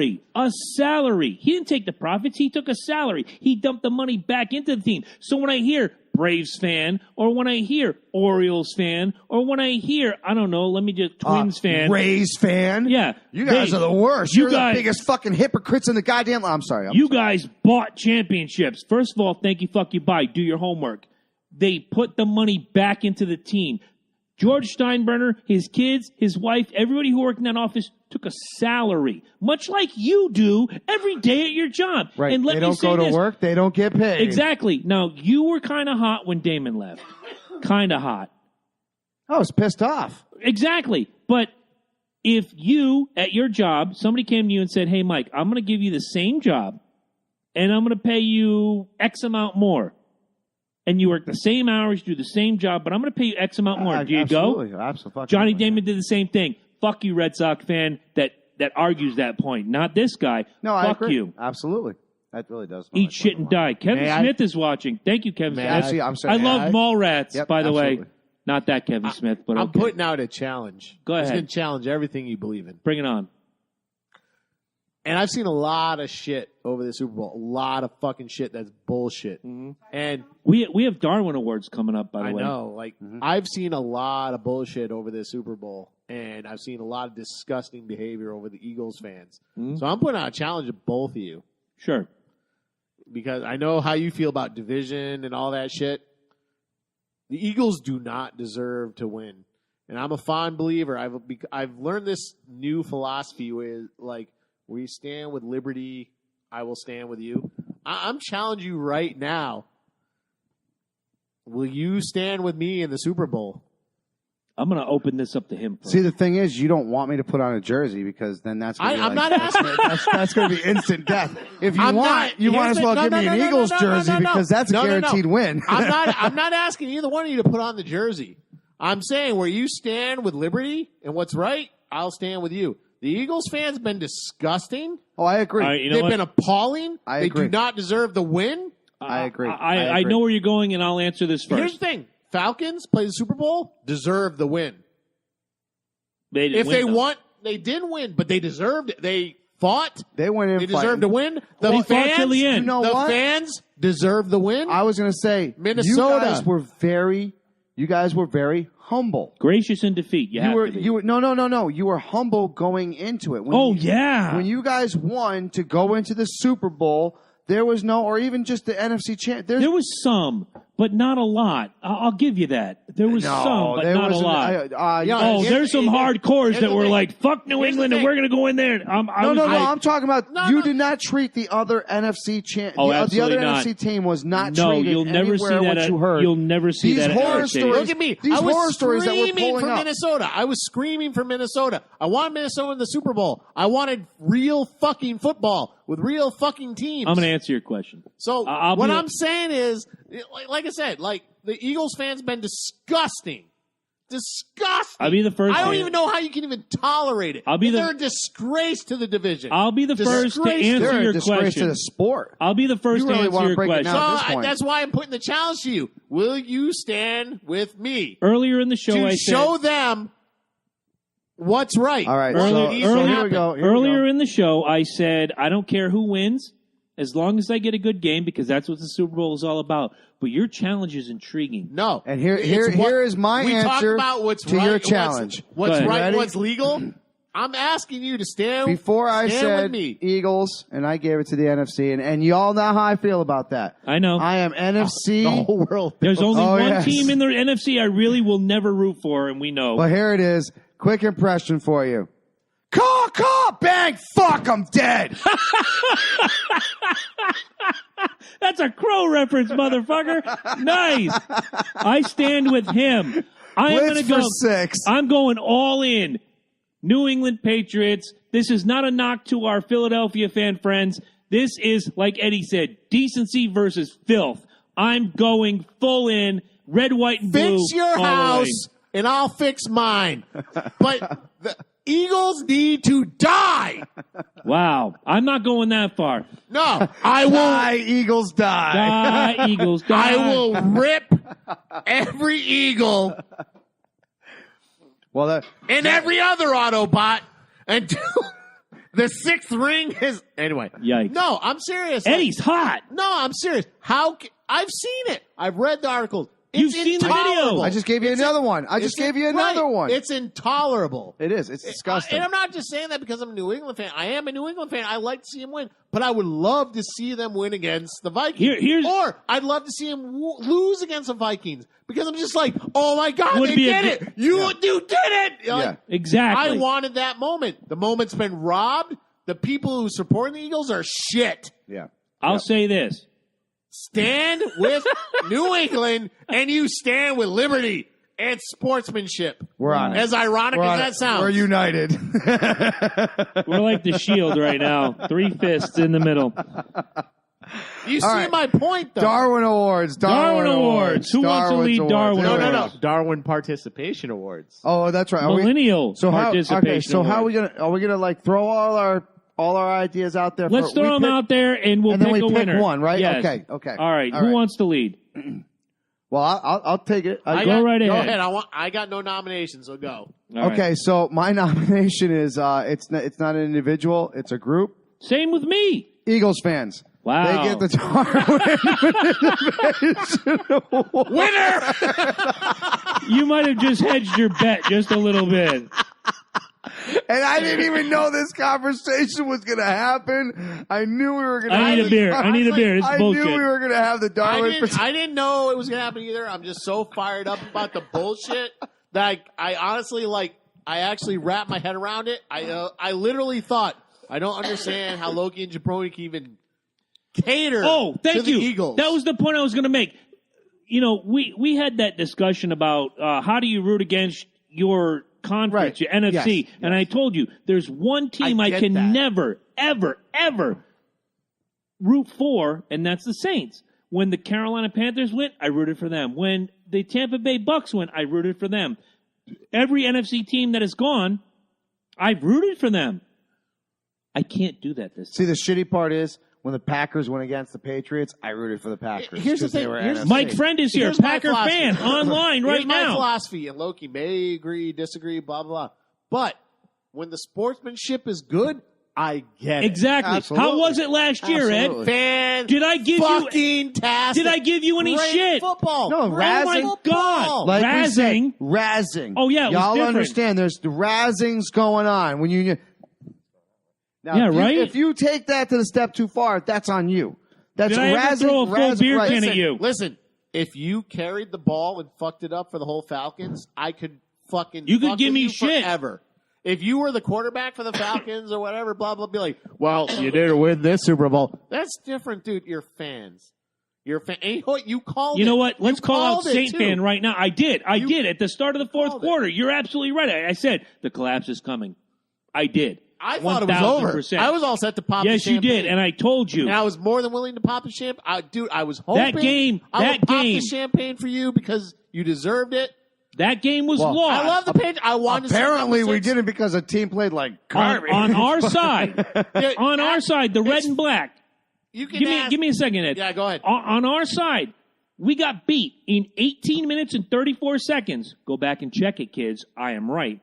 By a Hall of Fame quarterback and a Hall of Fame coach and a host of players that We're designed- Gronkowski we're designed to win. Exactly.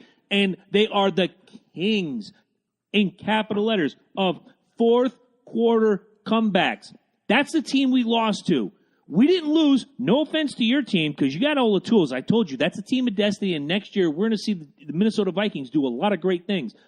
We didn't lose to a third-string quarterback on.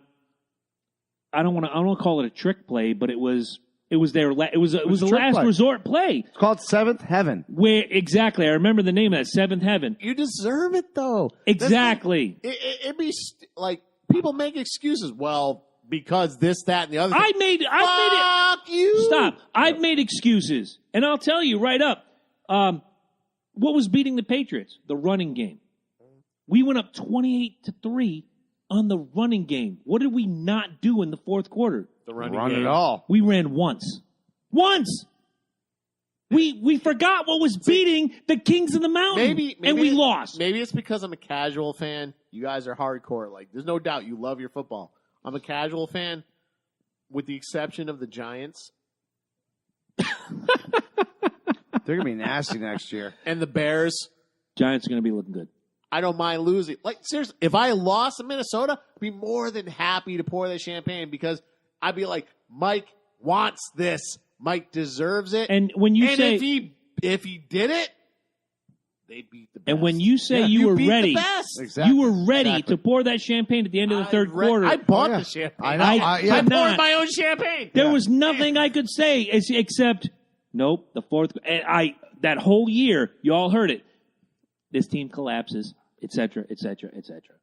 Actually, it's fun. You consoled me more than I consoled you. I was like, it's over. It's not over. And you're like, it's not. No, trust It's me. not over. Watch. I know this team. It's not over. Oh, yeah. Anyway, moving on. All right. Do we want to right, give so- some Darwin awards? That was. Mine goes to the Eagles fans. All right. Mine is to Eagles fans. I'm gonna carry your point until Ed comes back because I want Ed to be here for my Darwin Award, the Darwin Millennial Participation Trophy Award of the week or of the month, I should say, because we're gonna do this once a month. Like I said, Eagle not, fan not, needs not to beat a dead horse, Oh. but guys, you knew that you're going to be on parade, sort of say. You knew that everybody's going to be watching you, and you still continue to do stupid shit. Shit is still coming up. The guy that runs. Did you see the guy that ran into the I'm post getting at to the that right now. subway? He's on a subway. He's literally razzing Minnesota fans as they're leaving. He walks away, gives his buddy some high fives, and then continues to think to himself, I'm not done yet. They're getting ready to leave right now on this plane or on this subway. The subway train. Let me go chase him down and tell them one more time. And he goes full bore into a pole and Hits the train too. thank God he wasn't twisted in another way because he would have lost a head. Brother could have died. Like seriously. Brother could have died. Thank God he didn't die, but there you go. But that goes to show you. Look, Darwin. Darwin. Evolution, my friend. I talk about Have leaving, you heard of it? I talk about that going into that game in Washington where I saw the Falcons beat the Redskins, and on the way out, nobody said shit. No. If we'd have lost, yeah, I would have taken some razzing. I would have, we had our car with a cooler of beer in the back. I would have popped some beers with some Redskins fans. I would have had a good time. Nobody said shit. Nope. You know why? Because I'm going to give Redskin fan a lot of credit. Redskins fans are classy. I've been to Falcons games at the Giants Stadium. Giants fans are classy. I've yet to be at a Falcon game because they only do it once every 6 years in New England. I'm looking forward to it. Most New England fans are classy. Most. Dude, I have been on Lombardi Field wearing purple, and I have never heard. I've gotten the razzing. Most Packer fans, are classy. Right.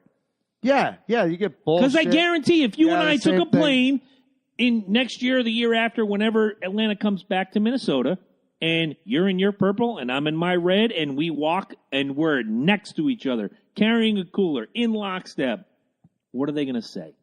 What can they say? I hope y'all enjoy the game. Bring it on. It's funny.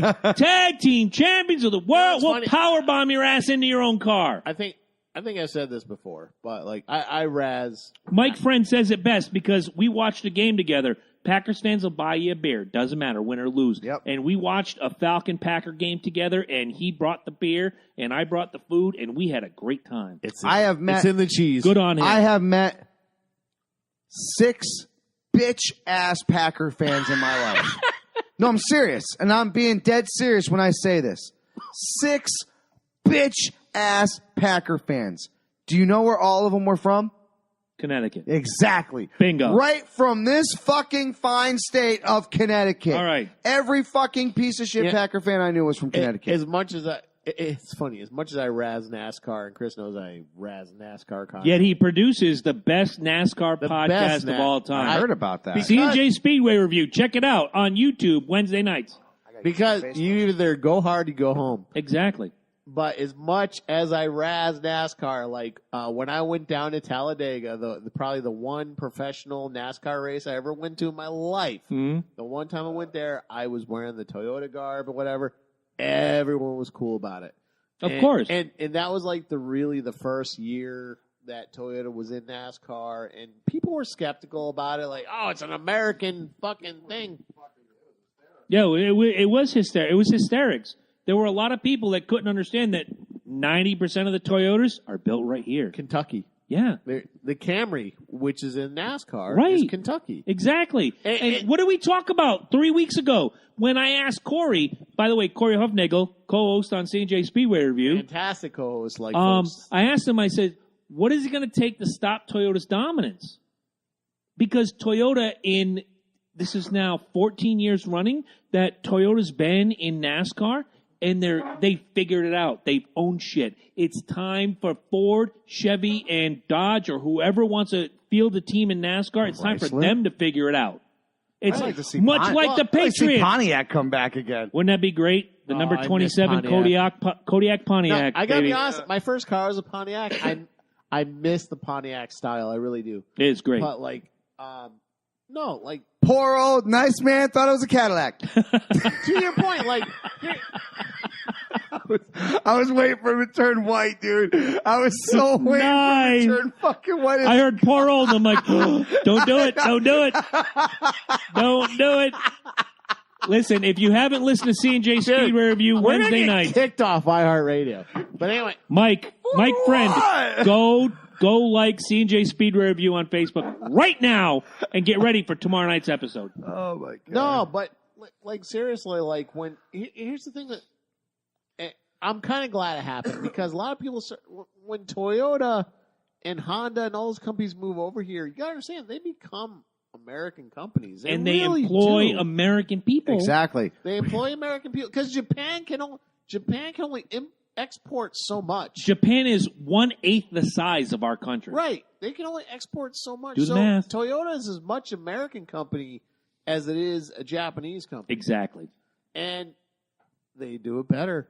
Fuck Yeah. y'all. All they do is take that old fucking factory that had the big Chevy symbol on it. Yeah, just turn and it. they just put a big fucking Toyota symbol on it. Actually, can I point out Sure. Subaru? You know the company Subaru? I know it. I've heard of them. The only reason Subaru was even able to come to this country is because Toyota gave them financing. Oh, wow. Isn't that a lesbian car? No. True. It's a... See? Thank you. Wow, okay. Asshole. On to my Darwin Millennial Participation Trophy Award goes to the University of Connecticut and the University of Connecticut student body. Oh, God, yes. Why, do you ask? Go ahead, ask me why. Why? Ask me why. Why? Ben Shapiro appeared at UConn last week. Mm-hmm. And none of us could buy tickets because Why?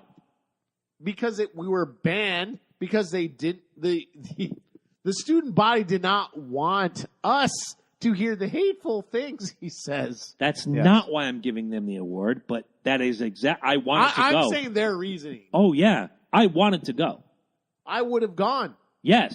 I would have. I totally would have gone.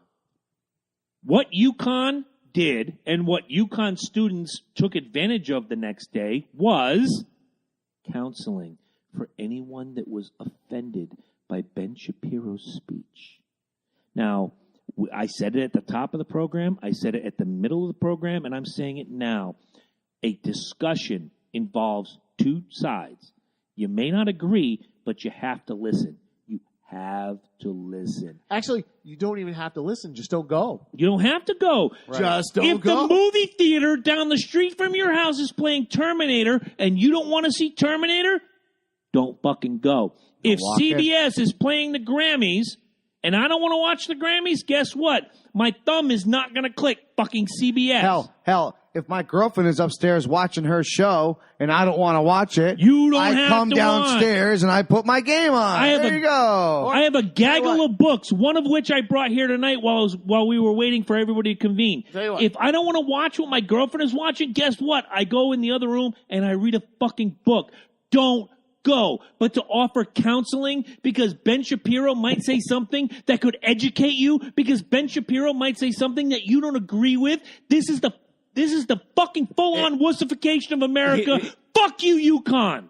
Hey, you said and your basketball team and everything else. You said not to do that.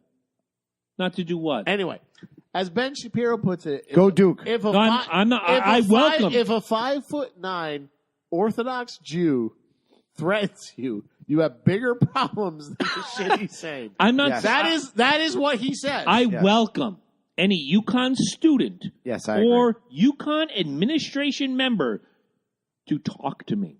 I welcome them. Here's the thing. I love Ben Shapiro. I like the things he says. I don't agree with everything he says. Neither do I. On foreign policy, You don't have to. On foreign policy, I think he's way the fuck off. But if you tweet him, but you can listen to him exactly, and you can listen to what he has to say, and you can form opinions based on what he says. If you have a better idea, exactly, and if you tweet him and you put yourself out there as an intelligent human being, which a lot of you millennial fucks, he will. He's done that to me. I said, hey, I watched this. I didn't agree with this. And he shot back, well, this, and this. And I'm like, okay, I hear your point. Don't agree with it. Thank you. I get it. Yeah. That's discussion. During the Q&A, he always says, people who disagree with me, I want at the front of the line. Bingo. No fucking counseling, no cocoa, no coloring books, no safety bears, none of it. Fuck you, UConn. Fuck you, UConn administration. Fuck you, UConn student. All right, so if you have better ideas, bring forth those better ideas. Exactly. Period. So how do we break down the award now? Well, we have one more. You didn't have one? He didn't have a nominee. You're the vote. You throw the nominees, I'll throw the vote. You're the vote. Well, that was mine. Mine's Eagles fans. Yours Eagles fans. His was UConn. Mine is UConn administration and students. Oh. And guess what? If I lose, I'm not going to throw a fit and throw shit and be fucking violent. I got to be honest. I got a full one right here. I'll kick your ass. Can I get a full beer? Yes, you can. I got to be honest. I'm not going to go with the Eagles fans. I'm going to go with UConn because... Wait. You're going with Eagles fans or UConn? He said he's not going to go with Eagles, so I'm going to hit you. I'm going to hit you with this full beer. Okay, hold on. Now. I'm going to go with UConn because the Eagles fans they'll have their dicks put in the dirt come the Super Bowl. Justice will be served. So you think they just deserve the award, and that's going to be there's going to be all right. No, here's the thing. What are you talking about? Here's the thing. You have kids. Yes, I do. Potentially, your kids could go to a place like UConn. Not if I can help it. I'm just saying. My oldest stepson went to UConn, and he's turned out very well. But then again, they didn't offer counseling when he heard something fucking cross. Well, exactly. Here's the thing. That's now. This is. I know. Well, he only graduated 2 years ago. UConn is gay. It's a semi-public Fags. college. It's a bitches. Chill. You want me to go on? No, they're not an affiliate yet. So. Here's the thing. They'll never be an affiliate. UConn UConn is an institution of education. I'm a Duke fan. Yeah, I'm all. Go ahead. UConn is an institution of training today's children to be tomorrow's adults. Not necessarily training. Critical thinking. Exactly. Critical thinking. And critical thinking involves hearing things you don't want to hear. Okay? Now, not anymore. Now, here's the thing. Ben Shapiro is probably not palatable for a lot of liberal students. But that doesn't mean here's the thing. And I've said before, if you have better ideas, bring them. Challenge them. Yeah. Bring them. Bring them to the table. Eagles, bring them to the table. With the Eagles, if you have better football, bring it. Bring it. But you don't. The difference. So fuck you. Part of the problem is, and I wanted to bring this up when the original rant went on, that hashtag, I say hashtag, Jesus Christ, I'm becoming a millennial. It's all it is. It's all it is. That nom de plume, if you will, the city of brotherly love is 1,000% horse shit. Philadelphia is a rowdy, nasty, dirty, filthy person city. I love the city. It's a beautiful town. I've been there. I've been there several times. But the people, the sports fans, are garbage. 90% of them. I'm going to take the 10% out, like the Andrew DeCarlos, the Jennifer Korzak, all those people. Garbage. Here's the thing. The city, beautiful. Mm-hmm. Hey, I got family that are Philly fans. That, No. Here's the thing. The city, the opportunity, the culture, fantastic. You're fucking it up. Pat's King of Steaks. No, I'm just saying, you're fucking it up. Philadelphia. City of brotherly love. You're fucking that up. Yeah, that's not brotherly fucking love. that up. That's not rowdiest You wrestling. play the football game. You leave it on the field. Rowdiest baseball town. Yeah. I hate to say it, but Boston and New York pale in comparison. Yeah. Philadelphia. Rowdiest football town. Philadelphia. Rowdiest wrestling town. Philadelphia. I don't know if they. Oh, the Flyers. Oh, Flyers fans are fucking brutal. Dude, they're insane. Yeah. Worst sports town, and I'm throwing it down right now. Worst sports town in history. And thus, that's why I issued my challenge. I'm asking you guys to break the mold and stand with me. We did. Gronk song. Ian Cunningham. Gronk song. Stand with me. Eddie. That's fine. Stay with me. Stand with Ian Cunningham, if not anything else. Eddie. I stand with you. I already England. said that. Yeah, I already said we're there. All We're right. there. We put the 3 fists in the flight. I'm dry. I need a beer, but So I think I'll buy it. We'll go with the UConn. All right. UConn alumni and Administration and students. here's the thing: sports should be sports. It Yes. should be enjoyed. Education is education. This is bullshit. Fuck you, UConn. Fuck you for wussifying your students. Fuck you for saying, if Ben Shapiro heard you, and come get Coco. congratulations for being a finalist. Oh, the first ever Finalist. Loki and Jabroni, Darwin Millennial Participation Trophy Award winner. Fuck you, UConn. Finalist. You haven't even gotten the participation trophy yet. Oh, why? You're just a finalist. Oh, we're going to get at the See end that? of the Well, year. no, that's just it. Yeah. Ooh, we building this up? Yes, we are. Get the list ready. Loki is evoking some production. Starting in January. No, So, because if it's a participation trophy, then only one person gets to win this fucker. all right, so Well, I'm, that's the thing. You participate without dying. Right. But you do something stupid. Right. okay, so Right. January. And we haven't had an actual full-on Ted Nugent award, which Oh, is my God, do you disappointing. have one? No, it's disappointing. Fuck. I do have a you do I know would what's- give it to Nicole Eggert, but that's No, already no, been no. done. I do have No. a do you know what's fucked up quickfire. Quick, what's fucked up? So they passed the tax plan. Yep. Economy's not doing bad. I got Speculation's up. $30 extra in my paycheck. I don't know how you guys did. Speculation's look. good. Stock market's good. There's companies giving bonuses. However, Do you know who doesn't like it? who doesn't like it? There's a few states that are going to sue Let the me federal government. let me guess who's one of them. Connecticut. New York, New Jersey say they will sue the federal government over caps on tax deductions because they have the highest taxes in the union, aside from California, which is not suing for whatever reason. How are we not number one in taxes in Connecticut? Because Californians tax Sheer rate, size. Sheer Cal- size. Californians tax rate is like 13%. I think ours is like 5 or 6. All No, we're right. 6.35. California is the worst. It's the towns that make it worse. All right, I get it. All right. Well, this is income tax. This is not even counting sales tax. This is income tax. Get to your point. Here's damn it. the issue. The way the tax plan works right now, they eliminate some things that you can deduct. Like one of the things you might heard people get fired up about is teachers and police officers not being able to deduct their uniforms. Yes. But they I don't. increased the standard deduction, which was like $4,000 to $12,000. Yeah, exactly. $24,000 for married people. I just fought with my mom about this, believe it or not. You And- fought your mom. because she was wrong. I'm sorry. She was Well, just I've flat done out that wrong. my whole life, and I'm still wrong, according to many people, but that's okay. Here's the thing. It's the Trump derangement syndrome. Whatever he does is bad. Anything else is good. Horseshit. Here's the thing. I kind of have a business, as you know. This is kind of all included in it. Yeah, yeah. With the standard deduction, like I filed my tax, I didn't have to itemize. That's just it. They took the itemization out. That means you're saving time and energy, people. You don't have to sit there and hold all They these simplified, fucking simplified the tax code. Exactly. The problem is for states like ours where the tax code is actually a little higher for higher earners, probably higher than what we earn. Yes. You don't make out. And in California, you don't make out. NMFP. So those states are suing the federal government saying this tax plan is an all-out assault to quote-unquote democratic states, which says to me democratic states tax the shit out of people. Pretty much. So stop taxing the shit out of people. Pretty much because why? It's theft! Yes, it is. Anyway, so that's my quick fire. All right. Now, we got all through this. We've given our first Darwin Award. What do you want? Beer. What kind of beer? You tell me. Something that's not an IPA. I got you hooked up.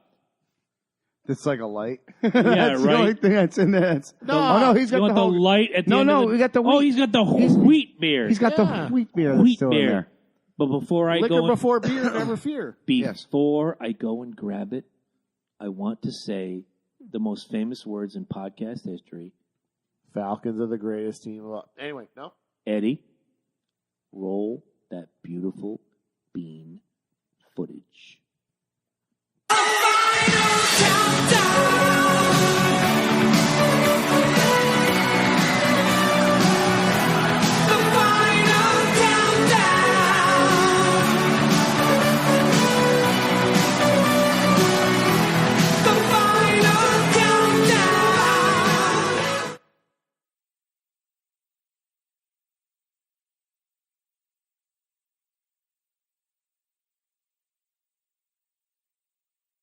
This week's Top 10 is brought to you by us, motherfucker.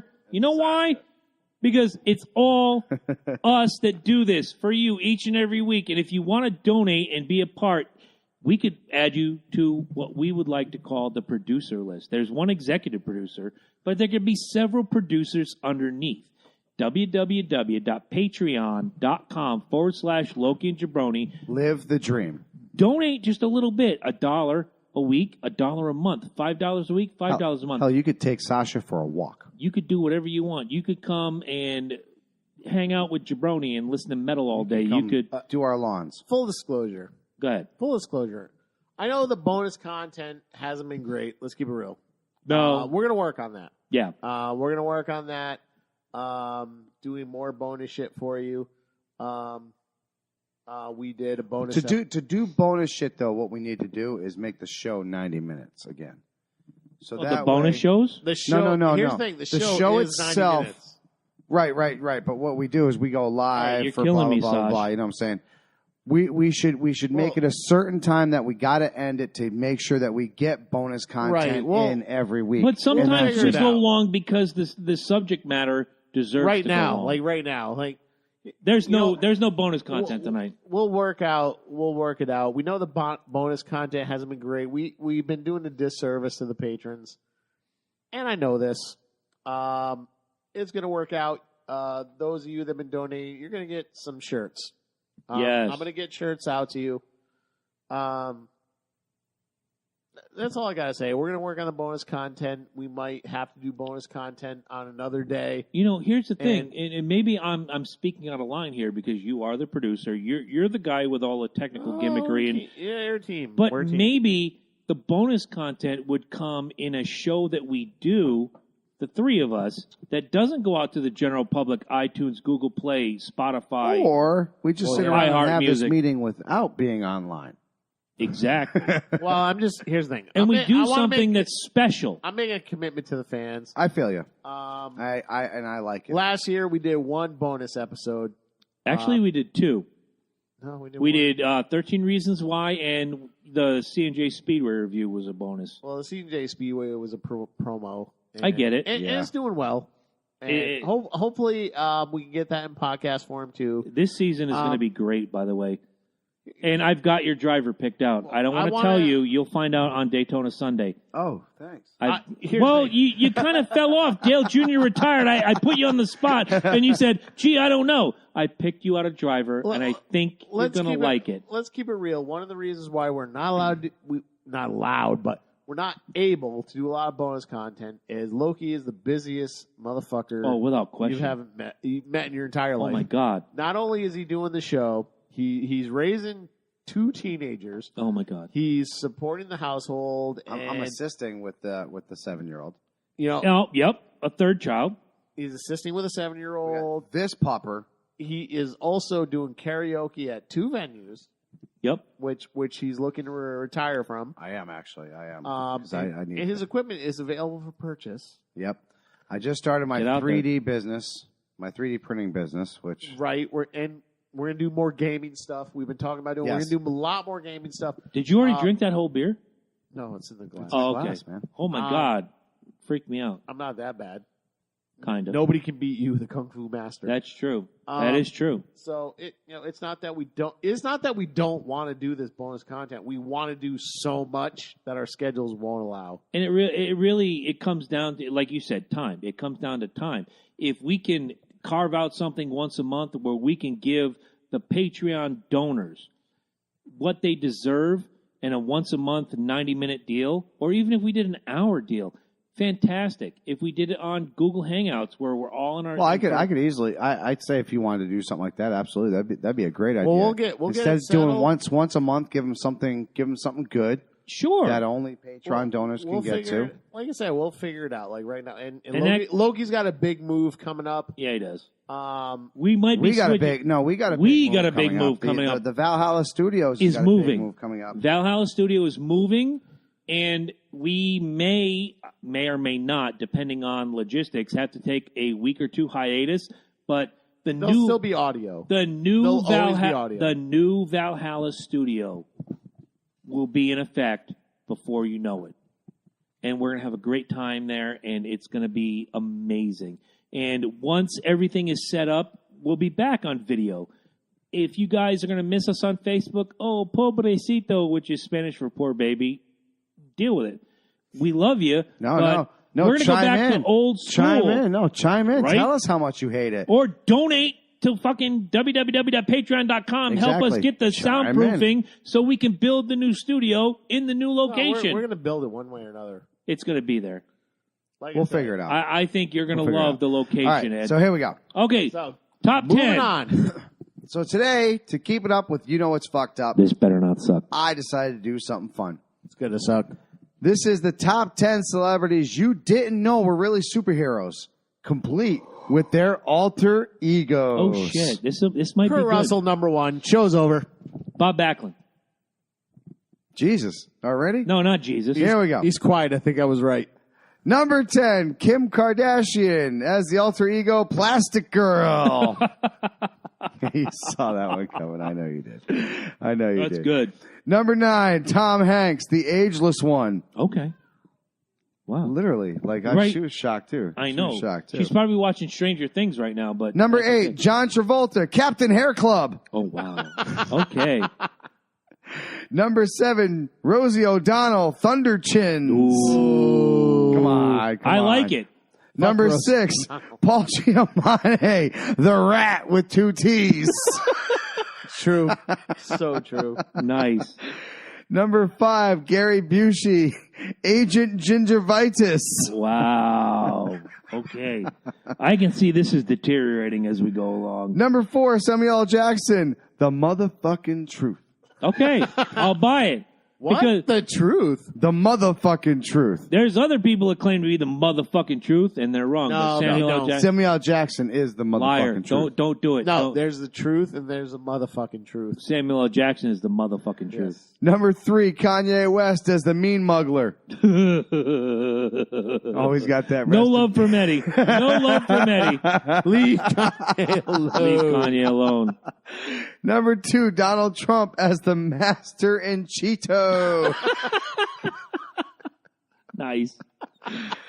And last but not least, we bring up Caitlyn Jenner, the fabulous Tran wreck. Wow.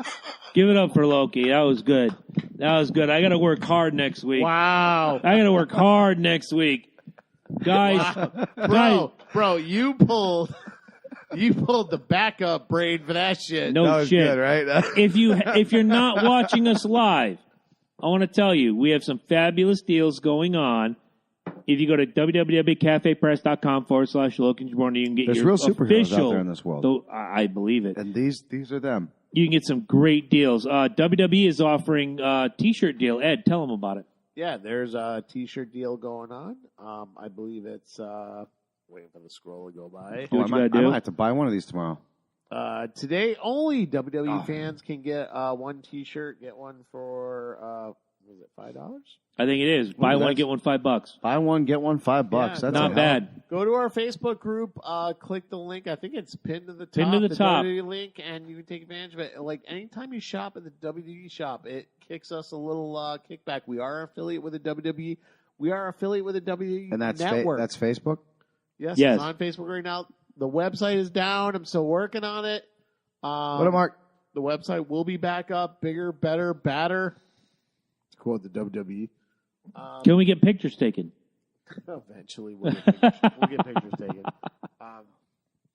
Like we said earlier, there's a lot of shit going on. Loki's in a big move. I just finished one. Thank you, by the way, to you. Big help. Couldn't have done it without you. Oh, you're very welcome. Couldn't have done it without you. You know that. You know that. Well, like I said, depends on the circumstances. Maybe audio only for a couple weeks at the most. If not, we'll make something happen. We'll figure it out. We're working it. We're working it. We got to see the environment. We got to see how it works out. Right. Well, we're probably going to need a lot of foam and a lot of determination. I'd like to build a set. We're going to work together. We're definitely going to need a lot of foam. We're going to build something that... There's a lot of good room down there. Mike saw it. We're a lot of good room. We're going to throw something together, and we're going to make the show the best it can be for 2018. And we're going to bring you everything with society, culture, comedy, movies. We haven't done a movies episode in a long time. Yeah, I agree. Got to bring Lynch back on that one. The music episode was a hit. Everything, we don't like to be all serious all the time. We like to have some fun. So, that's all I got to say. I'm with you on that one. C&J Speedway every Wednesday. Thank you. The season starts. We're the Super Bowl's this weekend, so we're 3 weeks away from where we sit to the start of the NASCAR season, which means for the next 38 weeks, you'll get C&J Speedway review every single week. Now, we've been doing every other week, every third week, whatever. Starting with Speed Weeks, which is 2 weeks away, you're going to get every week C&J Speedway review. And it's a fun time. If you love racing, this isn't NASCAR Speed Hub. This isn't ESPN. This is two fans talking real. And Eddie has been there, and he's told me privately, I've learned so much about racing over the last 18 weeks that I never knew. Not knocking Jabroni at all, but Corey Huffnagel. Oh my God. The knowledge this man has about racing. Dude, we had an episode, Jabroni couldn't make it. I could not. Huffnagel ran the whole, he Owned didn't it. stop. Owned it. Didn't stop. Great episode. It was championship weekend, too, and he walked it through for 65 minutes. He took it, and he ran with it. And when I sat with him... It's talk you're not going to get. No. We are not held to any sponsors. You're going to get straight talk with the Speedway. We've gotten comments on the YouTube channel. I don't know if you've been reading. We got comments on the YouTube channel saying, real talk by real fans. Yes. I love it. Fantastic. Subscribe.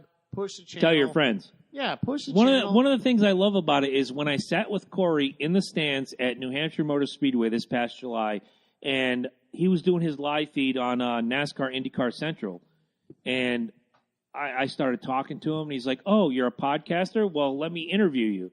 And we did our thing, and I said to him, I'm like, give me your number. We can do great things together. And here we are doing great things together.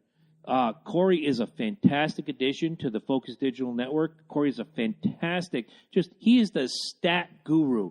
I thought sometimes that I was a stat guru. Nah, Corey buries me. And I'm okay to say that. And I couldn't have picked a better partner for the racing gimmick than Corey Huffnagel. So, and to be honest, we've been both struggling to get Corey on this show to talk about racing a little bit. Maybe next week. A week. little bit. We'll try to get him on next week. You know what? With Corey is welcome on the show whenever you want. With the 2018 season looming large in just 3 weeks, it would be prudent of us to maybe next week, and I'll shoot him a message. It's going to be a big season, too. Some out, some in. Oh, my it's God. Gonna be a big season. The exits that are going out, right. the guys that are coming, like you said, it's a season of disarray, if you will. Because you have the most popular driver leaving. Who's going to take his spot? You have the big guns that have left over the last... Is it really their spot, or is it up for the taking? Oh, it's up for the taking, without question. So much conversation to be had. I don't want to give away too much, but when the most popular driver of the last 17 years retires, that spot is up for grabs. And I'm not being a homer, but Kevin Harvick's in that mix. Daniel Suarez, Chase Elliott. There's so many guys in that mix that, guys, we talked about it a week ago. If you want to go to our YouTube channel, CNJ Speedway Review, watch. Corey, 4 weeks ago, I blistered Corey with questions. 2 weeks ago, he blistered me with questions. You'll learn something. This is a fan's perspective. Bottom line, what have we been saying? If you want to be the man, you have to beat the man. That's right. Woo! All right, y'all. Exactly. So that's the CJ Speedway. That's Loki and Jabroni. And you guys make sure you have a great and happy weekend. and fuck UConn. And go Patriots, guys. Thank you all very much for tuning in every single week. We appreciate you guys. We love you guys. Like I said, we're going to be working more on that Patreon stuff for you guys. Tell your friends, please. Like us, share us, love us. Where are we? We are at LokiandJabroni.com. We are also on Facebook. We are also on Spotify. We are on iTunes. We're on Twitter. We are on Twitter. And we're on the moon. iHeartRadio. We are on iHeartRadio. I mentioned that twice already. We are on Spotify. Mm-hmm. We are on Stitcher. We are everywhere podcasts. Everywhere you steal your favorite podcast from, there we are. There we be. Shout outs. Honestly, folks, the downloads have been fantastic. You guys have been great. Leave reviews wherever you can. It helps the algorithm. When we go after guests, they look at that stuff, guys. Yep. Exactly. Yep. And more importantly, sit back, plug in, and man up.